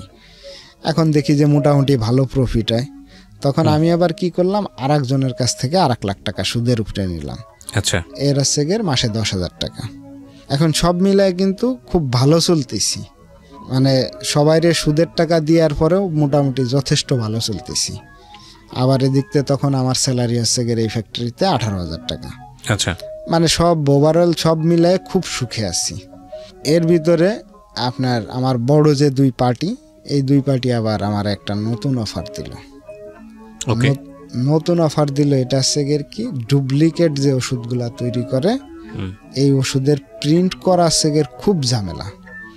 আচ্ছা, মানে লেখা যেটা প্রিন্ট হবে এইটা হচ্ছে গিয়ে সবচেয়ে বড় ঝামেলার। তা এইটা আমি যদি ওনাকে করে দিই ওনারা ভালো প্রফিট দিব। তা আমি কি জানি মানে অতটা না করে আমি কইছি যে ঠিক আছে আমি দেখি, চিন্তা ভাবনা করে দেখি। তো এক পর্যায়ে যাই আমি এদের কথায় রাজি হইলাম। আমি কিন্তু ওদেরকে আগে যে মানে সাদা ফয়েলটা দিছি, ওরা কিন্তু নিয়ে এটা প্রিন্ট করাইয়ে ওদের এই ডুপ্লিকেট কাজে ইউজ করছে। আমার কোম্পানিতে যেটা দিছি এইটা বাদে, মানে বাইরের যে বড় 2টা পার্টি ছিল এদের যে মাল দিছি, এরা কিন্তু এটা নিয়ে এই ডুপ্লিকেট কাজে ইউজ করছে। কিন্তু সেটা তো আর আমি জানতাম না। কিন্তু আমারে যখন লাস্টে এটা বললো, আমি বললাম যে ঠিক আছে, দেন আমি চেষ্টা করব। তো তখন হচ্ছে গিয়ে আমি পেন্টোনিক্স 40 পাইলাম, হচ্ছে 150 কেজির অর্ডার। স্কোয়ারের না, এটা হচ্ছে ইনসেপ্টার। পেন্টোনিক্স 40, এটা হচ্ছে গিয়ে 150 কেজির অর্ডার, নকল ওষুধ বানানো। হ্যাঁ, নকল ওষুধ বানানোর যেটাই। আর সেকলো পাইলাম হচ্ছে গিয়ে 200 কেজির অর্ডার। সেকলো তো স্কোয়ারের? হ্যাঁ, সেকলো হচ্ছে গিয়ে স্কোয়ারের। কত? 200 কেজি? 200 কেজি। আচ্ছা, এই হচ্ছে গিয়ে টোটাল হচ্ছে গিয়ে 350 কেজি। একটার রেট আছে 1100 টাকা, একটার রেট আছে 1200 টাকা। যেটার আছে আমরা নর্মালি রেট পাই হচ্ছে গিয়ে 650-700। তার মানে আমার প্রফিটটা অনেক। এখন এই চিন্তা ভাবনা করে আমি বললাম যে ঠিক আছে আমি রাজি। সাথে আবার আর এক পার্টের আছে, এটার পিছন সাইডে যে শক্তটা থাকে ওইটার অর্ডার দিল হচ্ছে গিয়ে 1 টন। আচ্ছা, তা আমি বললাম যে ভাই তাহলে টাকা পয়সা, তা ওরা আমারে বললো যে ভাই আমরা টাকা পয়সা ঠিকই দেব, কিন্তু একটু লেটে দেব, আপনি মালগুলা কমপ্লিট করেন আমরা টাকা দেব। এখন আমি ওনাদের উপরে বিশ্বস্ত ছিলাম এই কারণে যে কারণ ওনারা এর আগে আমার কাছে 1 লাখ 1.5 লাখ টাকা ফালাই রাখছে, আচ্ছা কিছু টাকা মানে আমার কাছে দিয়ে রাখছে, আমার মাল নিচে 2-3 দিন পরে টাকাটা আগেই পাঠাই দিছে। তা আমি তখন দেখলাম যে না, যদি করি তাহলে মনে হয় কোনো সমস্যা হবে না। তখন আমি হচ্ছে করলাম যে ঠিক আছে ভাই, আমি করে দিব। তা আমি আবার এটা যেহেতু আমার অনেক দিনের অভিজ্ঞতা, আমি আবার এটা একটু সিস্টেম করে আমি মালগুলা করাইলাম। টোটাল করাইলাম হচ্ছে 360 কেজির মতো। আচ্ছা এখন 360 কেজি মাল যখন করাই ফেলাইছি, আর এ পাশে বটম ফয়েল করাইছি হচ্ছে 500 কেজির মতো। আচ্ছা, এখন এই পার্টিগুলো আমার ব্ল্যাকমেল করা শুরু করলো। ব্ল্যাকমেল করা শুরু করলো বলতে? কারণ ব্ল্যাকমেল করা শুরু করলো, আপনি হয়তো জানবেন যে ওষুধ প্রশাসন কিন্তু খুব কড়া। ওষুধ প্রশাসন এতটাই কড়া, এটার যদি মামলা খান আপনি 2-4-5 লাখ টাকা না, 2-4-5 কোটি টাকা দিয়েও এটার সমাধান করা সম্ভব না করে। কারণ এটার জের এত দূর টানা লাগে। তা তখন হচ্ছে এরা প্রশাসনিকভাবে বা নিজেদের ইসের খুব অপব্যবহার করা শুরু করলো আমার উপরে। কিরকম? মানে ভাই আপনার মালটা দিতেই হবে, আমি টাকা 10 মাস পরে দিই বা 10 বছর পরে দিই, সমস্যা নাই। আর মাল আপনি ঘরে রাখলে আপনি কত টাকার অর্ডার ছিল এটা সব মিলায়? এইটা সব মিলে আছে 8 লাখ টাকার। মানে এই টাকাটা, এই কাজটা করে দিলে আপনি 8 লাখ টাকা পাবেন? হ্যাঁ 8 লাখ টাকা। এটা আছে 8 লাখ টাকা আমার শুধু খরচই হবে। আচ্ছা, আপনাকে দিবে কত ওরা? আমার টোটাল দিবে ওরা আছে 13 থেকে 13.5 লাখ টাকা। আচ্ছা, বিশাল অফার আপনার। হ্যাঁ বিশাল অফার, মানে প্রফিট আমি প্রায় 6 লাখ টাকার মতো প্রফিট হবে আমার। কয়দিন লাগবে কাজটা করে দিতে? সব মিলায় আপনার 5 থেকে 6 দিন। তার মানে বুঝতে পারছেন যে 5 থেকে 6 দিনে ওনার লাভ আসবে প্রায় 6 লক্ষ টাকার মতো। আর এইটা দেখা যাচ্ছে 6 লক্ষ টাকা ওনার কাছে কি, সেটা আপনারা যারা এতক্ষণ স্টোরি শুনেছেন তারা বুঝতে পারছেন, বাট ঘটনা কোথায় ঘটেছে এতক্ষণ যারা শুনেছেন সেটার দিকে আমরা আগাবো। হ্যাঁ, তারপরে এখন ওরা আমাকে বিভিন্ন ধরনের হুমকি ধামকি দেওয়া শুরু করলো যে কাজটা কেন দিচ্ছেন না, যে কাজটা আপনি করছেন, এখন ঘরে রাখলে তো আপনারা আমি মামলা করে দিলে পরে আপনি ফাঁসা যাবেন। তো কাজটা করেও ফেলছেন আপনি? হ্যাঁ কাজটা, এটা যেহেতু আমি এই বিষয়ে বললাম না 14-15 বছরের অভিজ্ঞতা, যখন এটা আমার করতে অতটা মানে অসুবিধা হয় নাই। আর তার চাইতে একটা কথা বলে রাখি, এই ডুপ্লিকেট কাজের যত নেটওয়ার্কই থাক, আমি একটু হলেও জানতে পারি যে এই কাজটা অমুক জায়গা করাচ্ছে বা অমুকে এই কাজটা পাইছে বা অমুকে এই কাজটা করাবে, মানে আমার কাছে একটু হলেও আসতো। জি। তা তখন সে আমারে বিভিন্নভাবে আর কি ভয় দেখানো শুরু করলো যে এখন তুমি কি করবা। তা আমি তখন আবার একটা জিনিস করলাম যে আমি এই মালগুলা আগে যেগুলা ছাড়ছি মাল, এগুলা তো আমি নিজেই জানি না যে আসলে কি মাল করছে ওরা। বিভিন্নজন বিভিন্নভাবে কথা বলে আমার কাছ থেকে মালগুলা নিছে, আদতে ওরা কি প্রিন্ট করছে আমি এটা নিজেও জানতাম না। কিন্তু এটা তো আমি সরাসরি অপরাধের সাথে জড়িত। যে তখন একটা জিনিস কি জানি আমার মাথার ভিতরেই করলো যে আমি মানে এটা বলতেও পারবো না যে আমি লাখ লাখ মানে হাজার হাজার মানুষ না, প্রায় লাখ লাখ মানুষের সাথে প্রতারণা করা হবে, এটা আমার যেটা আমার মানে করা মনে হয় না উচিত হবে। আচ্ছা, মানে এই চিন্তা ভাবনা করে আমি অনলি 13 দিনের ভিতরে ডিসিশন নিলাম যে আমি এটা কি করব, এবং এই 13 দিনের ভিতরে আমার এই 8 লাখ টাকার মাল আমি অনলি 1.5 লাখ টাকায় বিক্রি করে ফেলাইলাম। 1.5 লাখ টাকা বিক্রি করলেন বলতে? এটারে ওয়েস্টেজ হিসাবে বিক্রি করে ফেলাইলাম। ওয়েস্টেজ হিসেবে বিক্রি করলো তো এটা আলটিমেটলি ওয়েস্টেজ করলেন? আলটিমেটলি ওয়েস্টেজ যদি আমি করা হয়, এটা যেভাবে ওয়েস্টেজ করা হয়েছে এটা দিয়ে আর কেউ কোনো কাজ করতে পারবে না। আচ্ছা, তখন 1.5 লাখ টাকার ভিতরে এটা বিক্রি করে ফেলাইলাম। কিন্তু আমার তো এখানে প্রায় 6 লাখ টাকা ঘাটতি। এই 6 লাখ টাকা সবই আমার সুদের উপরে আনা। শুধুমাত্র 2 লাখ। এটা আপনি কাজের আগে চিন্তা করেননি কেন? এটা আসলে আমি বেসিক্যালি যদি এখন বলেন তাহলে আমি বলবো আমার যে আগের সুদের টাকাটা ছিল, আমি চাইছিলাম ওই টাকাটা শোধ হয়ে গেলে পরা, মানে লোভটা আসলে কেমন আমি নিজেও বলতে পারবো না। আসলে কিছু সময় থাকে মোহর ভিতরে, আর মোহটা কাটে গেলে যখন আপনার বিবেকটা দাঁড়াবে তখন দুইটা মানে অনেক ফারাক, আলো এবং অন্ধকারের মধ্যে। তখন ছিলাম একটা মোহর ভিতরে যে সারা জীবন কষ্ট করে গেছি আমি 2003 সাল থেকে আজ ফাইন, আমি ইভ্যালুয়েশনের জায়গায় আমি যাই। আপনার গল্পটা এতক্ষণ শুনলাম তো খুব ট্রিকি মনে হয়েছে আমার কাছে, এতক্ষণ চুপ করে শুনছিলাম। গল্পটা মূলত আপনার লাস্ট 3 মিনিট, আর আগে যে গল্পগুলো বলতেন সেটা আপনার প্রেক্ষাপট, সেখানে ইন্টারেস্টিং কিছুই পাইনি আমি। হ্যাঁ, স্ট্রাগল আছে, ভয়ঙ্কর রকমের স্ট্রাগল আছে, বারবার হোঁচট খেয়ে উঠে দাঁড়ানোর গল্প, কিন্তু লাস্ট 3 মিনিট আমার কাছে মনে হচ্ছে এটা হচ্ছে গল্প। এই লোকটা কি পরিমাণ অর্থকষ্টে ছিল সারাটা জীবন, একটা জিনিস চিন্তা করে দেখেন। মায়ের ট্রিটমেন্ট প্রপারলি হয়নি, বাপের ট্রিটমেন্ট প্রপারলি হয়নি, গার্মেন্টসে কাজ করেছে, ওর কাছে 5-7 লাখ টাকা যদি ক্যাশের কথা আসে তাহলে ওর দ্বারা ভয়ঙ্কর রকমের খারাপ কাজ করা সম্ভব, এ ব্যাপারে কোনো সন্দেহ নাই। যেই জিনিসটা ওর কাছে এসছে সেকলো, আর কি যেন এসছে, প্যান্টোজেন 20, এটা হচ্ছে একটা হচ্ছে ইনসেপ্টার ওষুধ আর একটা হচ্ছে স্কয়ারের ওষুধ, মানে নকল ওষুধের যে মোড়কটা থাকে ওই মোড়কটা ওনাকে প্রিন্ট করে দিতে হবে। এই কাজটা ছিল 8 লাখ টাকার অর্ডার, এবং এটার জন্য ওনার 8 লাখ টাকা সুদে নেয়া বা ঋণে নেয়া, যাই বলি না কেন, এবং এটা কাজটা করে দিলে ওনার 6 লাখ টাকা ওনার লাভ থাকতো। 6 দিনে কাজটা কমপ্লিট হতো। উনি কাজটা করেছেন, করার পরে উনি ডেলিভারি দেননি, 1-1.5 মাস ওনার কাছে বন্ধ করে রেখেছেন, এবং যখন ওনাকে হুমকিও দেওয়া হয়েছে তখন উনি কাজটা ওদের কাছে না দিয়ে উনি যেটা করেছেন কাজটাকে ওয়েস্টেজ হিসেবে বিক্রি করে দিয়েছেন। এতে করে ওনার 6 লাখ টাকা লসে চলে গেছে। তো ভেরি ইন্টারেস্টিং স্টোরি। এবং এই লোকটার বর্তমান অবস্থা কি সেদিকে আমরা নাই বা গেলাম। আপনার বাচ্চার বয়স কত? 2 বছরের কাছাকাছি। 2 বছরের কাছাকাছি। কোথায় থাকেন? ঢাকাতেই? ঢাকাতেই আছি। কি করেন আপনি এখন? আসলে কত টাকা ঋণ? আমি এখন প্রায় সব মিলায়ে 6.5 লাখ টাকা। 6.5 লাখ টাকা ঋণ এই ঘটনার প্রেক্ষাপটে? এই ঘটনার প্রেক্ষাপটে আর এই যে আমার ব্যাকগ্রাউন্ডের কিছু কারণে 6.5 লাখ টাকা ঋণ। তো আপনি এখন করেন কি, পেশায় কি করেন? আসলে এখন আমি এটা নষ্ট করার পরে আমি যে বললাম না যে আমি হচ্ছে একা একা সবকিছু করতে পছন্দ করি। আপনি করেনটা কি সেটা আমাকে বলুন। আপাতত বেকার। আমি 2টা জিনিস আপনাকে বলি। প্রথম কথা হচ্ছে আপনি এখানে আসছেন, আপনি আজকে একটা গল্প বলে গেলেন, ভালো মন্দ দুটো নিয়েই আছেন আপনি।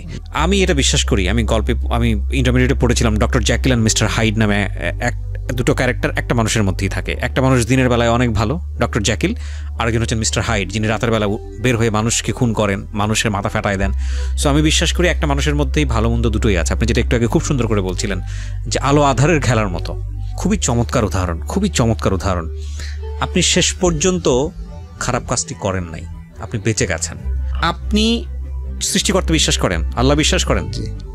আমি যেহেতু বিশ্বাস করি, আমার জায়গা থেকে আমি এতটুকু বুঝি যে একটা মানুষ তার বিবেকের কাছে সবচেয়ে বড় দায়বদ্ধ, ভয়ঙ্কর রকমভাবে দায়বদ্ধ। প্রত্যেকটা মানুষের দ্বারাই খারাপ কাজ করার সম্ভাবনা আছে। Every man in the world, কেউই মহামানব না, সে যেই হোক, একেবারে আপনার টপ লেভেলের থেকে শুরু করে গ্রাসরুট লেভেলের, সবার দ্বারা খারাপ কাজ করা সম্ভব, সবার দ্বারা খারাপ কাজ হতেও পারে। সেই জায়গাটা থেকে আপনি খারাপ কাজের দ্বার প্রান্তে গিয়ে ওখান থেকে ফিরে এসছেন। আপনি যা বলেছেন সেটা যদি সত্য হয়ে থাকে, এখানে আমি একটা কথা বলি, তাহলে আপনি সারা জীবনের জন্য বেঁচে গেছেন।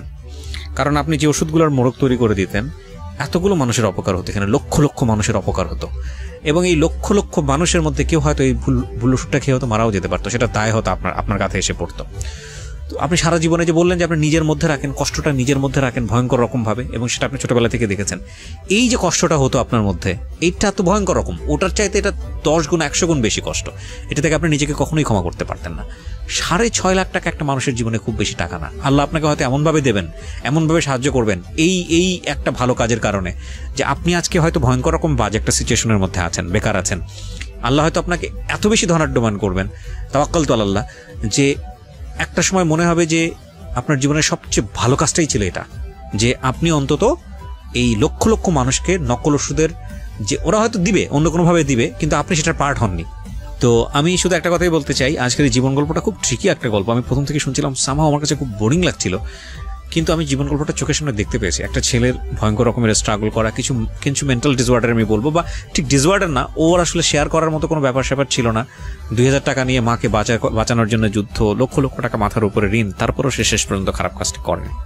আমি শুধু এই গল্পটা রেডিওতে প্রচার করেছি একটাই কারণে, প্রিয় শ্রোতা, বিশ্বাস করেন আমরা প্রত্যেকটা মানুষই কোনো না কোনোভাবে ভুল করি এবং অপরাধ করি, ছোট হোক বড় হোক, কেউ হয়তো জানে, কেউ হয়তো জানে না, কিন্তু আপনি জানেন এবং আপনার সৃষ্টিকর্তা জানেন। আল্লাহ আমাদেরকে সবাইকে ভুল থেকে বাঁচার তৌফিক দেয়। কিন্তু একটা মানুষ যখন ভুল করতে যায়, ভুলটা যখন সে ড্রাইভ করেও ফেললো, ঠিক তখন ওই মানুষটা জানে সে ভুল করছে। কিন্তু সব মানুষের এই রকম বিবেক থাকে না যে চাইলেই সব কিছু লোভ টোভ সব কিছু চিন্তা বাদ দিয়ে, লক্ষ লক্ষ টাকার লোভ টোভ সব কিছু বাদ দিয়ে নিজেকে ব্যাকড্রপ করে ফেললো, যে না, এই কাজটা থেকে আমি যদি ফিরায় আসি তাইলে যা হয় হবে, কিন্তু এতগুলো মানুষ তো সেভ হবে। আপনি চিন্তা করে দেখেন, ও যদি পিছন ফিরে তাকায় 6.5 লাখ টাকার ঋণ, ও যদি সামনের দিকে আগায় তাইলে কেউ হয়তো জানবে না, কিন্তু লক্ষ লক্ষ মানুষের সে ক্ষতি করবে। এই মানুষটা করে নাই। কত ভয়ঙ্কর রকমের বিবেকবান একজন মানুষ, এবং আমরা বিশ্বাস করি প্রত্যেকটা মানুষের মধ্যে বিবেকটা আছে, শুধু জাগিয়ে তুলতে হবে। আজকের এই জীবন গল্পে কোনো টানটান উত্তেজনা নাই। আজকের এই জীবন গল্প বহতা নদীর মতো, কিন্তু আজকের এই জীবন গল্প খুব চমৎকার একটা গল্প। শেষের দিকে এসে বেশ কয়েকটা মিনিট অন্যরকম ধাক্কা দিয়ে গেল। আমরা দোয়া করব আমাদের যিনি গেস্ট আজকে এখানে এসেছিলেন, বিল্লাল। সবচেয়ে বড় হেল্প একটা মানুষের জন্য দোয়া, এর চেয়ে বড় কোনো কিছুই থাকতে পারে না। ও নিজেকে শক্ত পায়ে সামনের দিকে এগিয়ে যাক, সৃষ্টিকর্তা ওনার সহায় হোক এবং একটা ভালো কিছু হোক ওর জীবনে, এটুকুই শুধু বলার আছে। সো প্রিয় শ্রোতা, যারা এতক্ষণ আমার সঙ্গে ছিলেন তাদেরকে ধন্যবাদ জানাই অসাধারণ একটা জীবন গল্প শোনার জন্যে। লাস্ট 10 মিনিটস আমার অনেক দিন মনে থাকবে, আপনাদেরও মনে থাকুক। আপনারাও যদি কোনো ভুল করতে যান তাহলে নিজেকে ব্রেক করুন, চোখ নাক মুখ বন্ধ করে ব্রেক করুন, যা ক্ষতি হয় হোক ব্রেক করুন, কারণ সৃষ্টিকর্তা তো দেখছেন। শুভরাত্রি।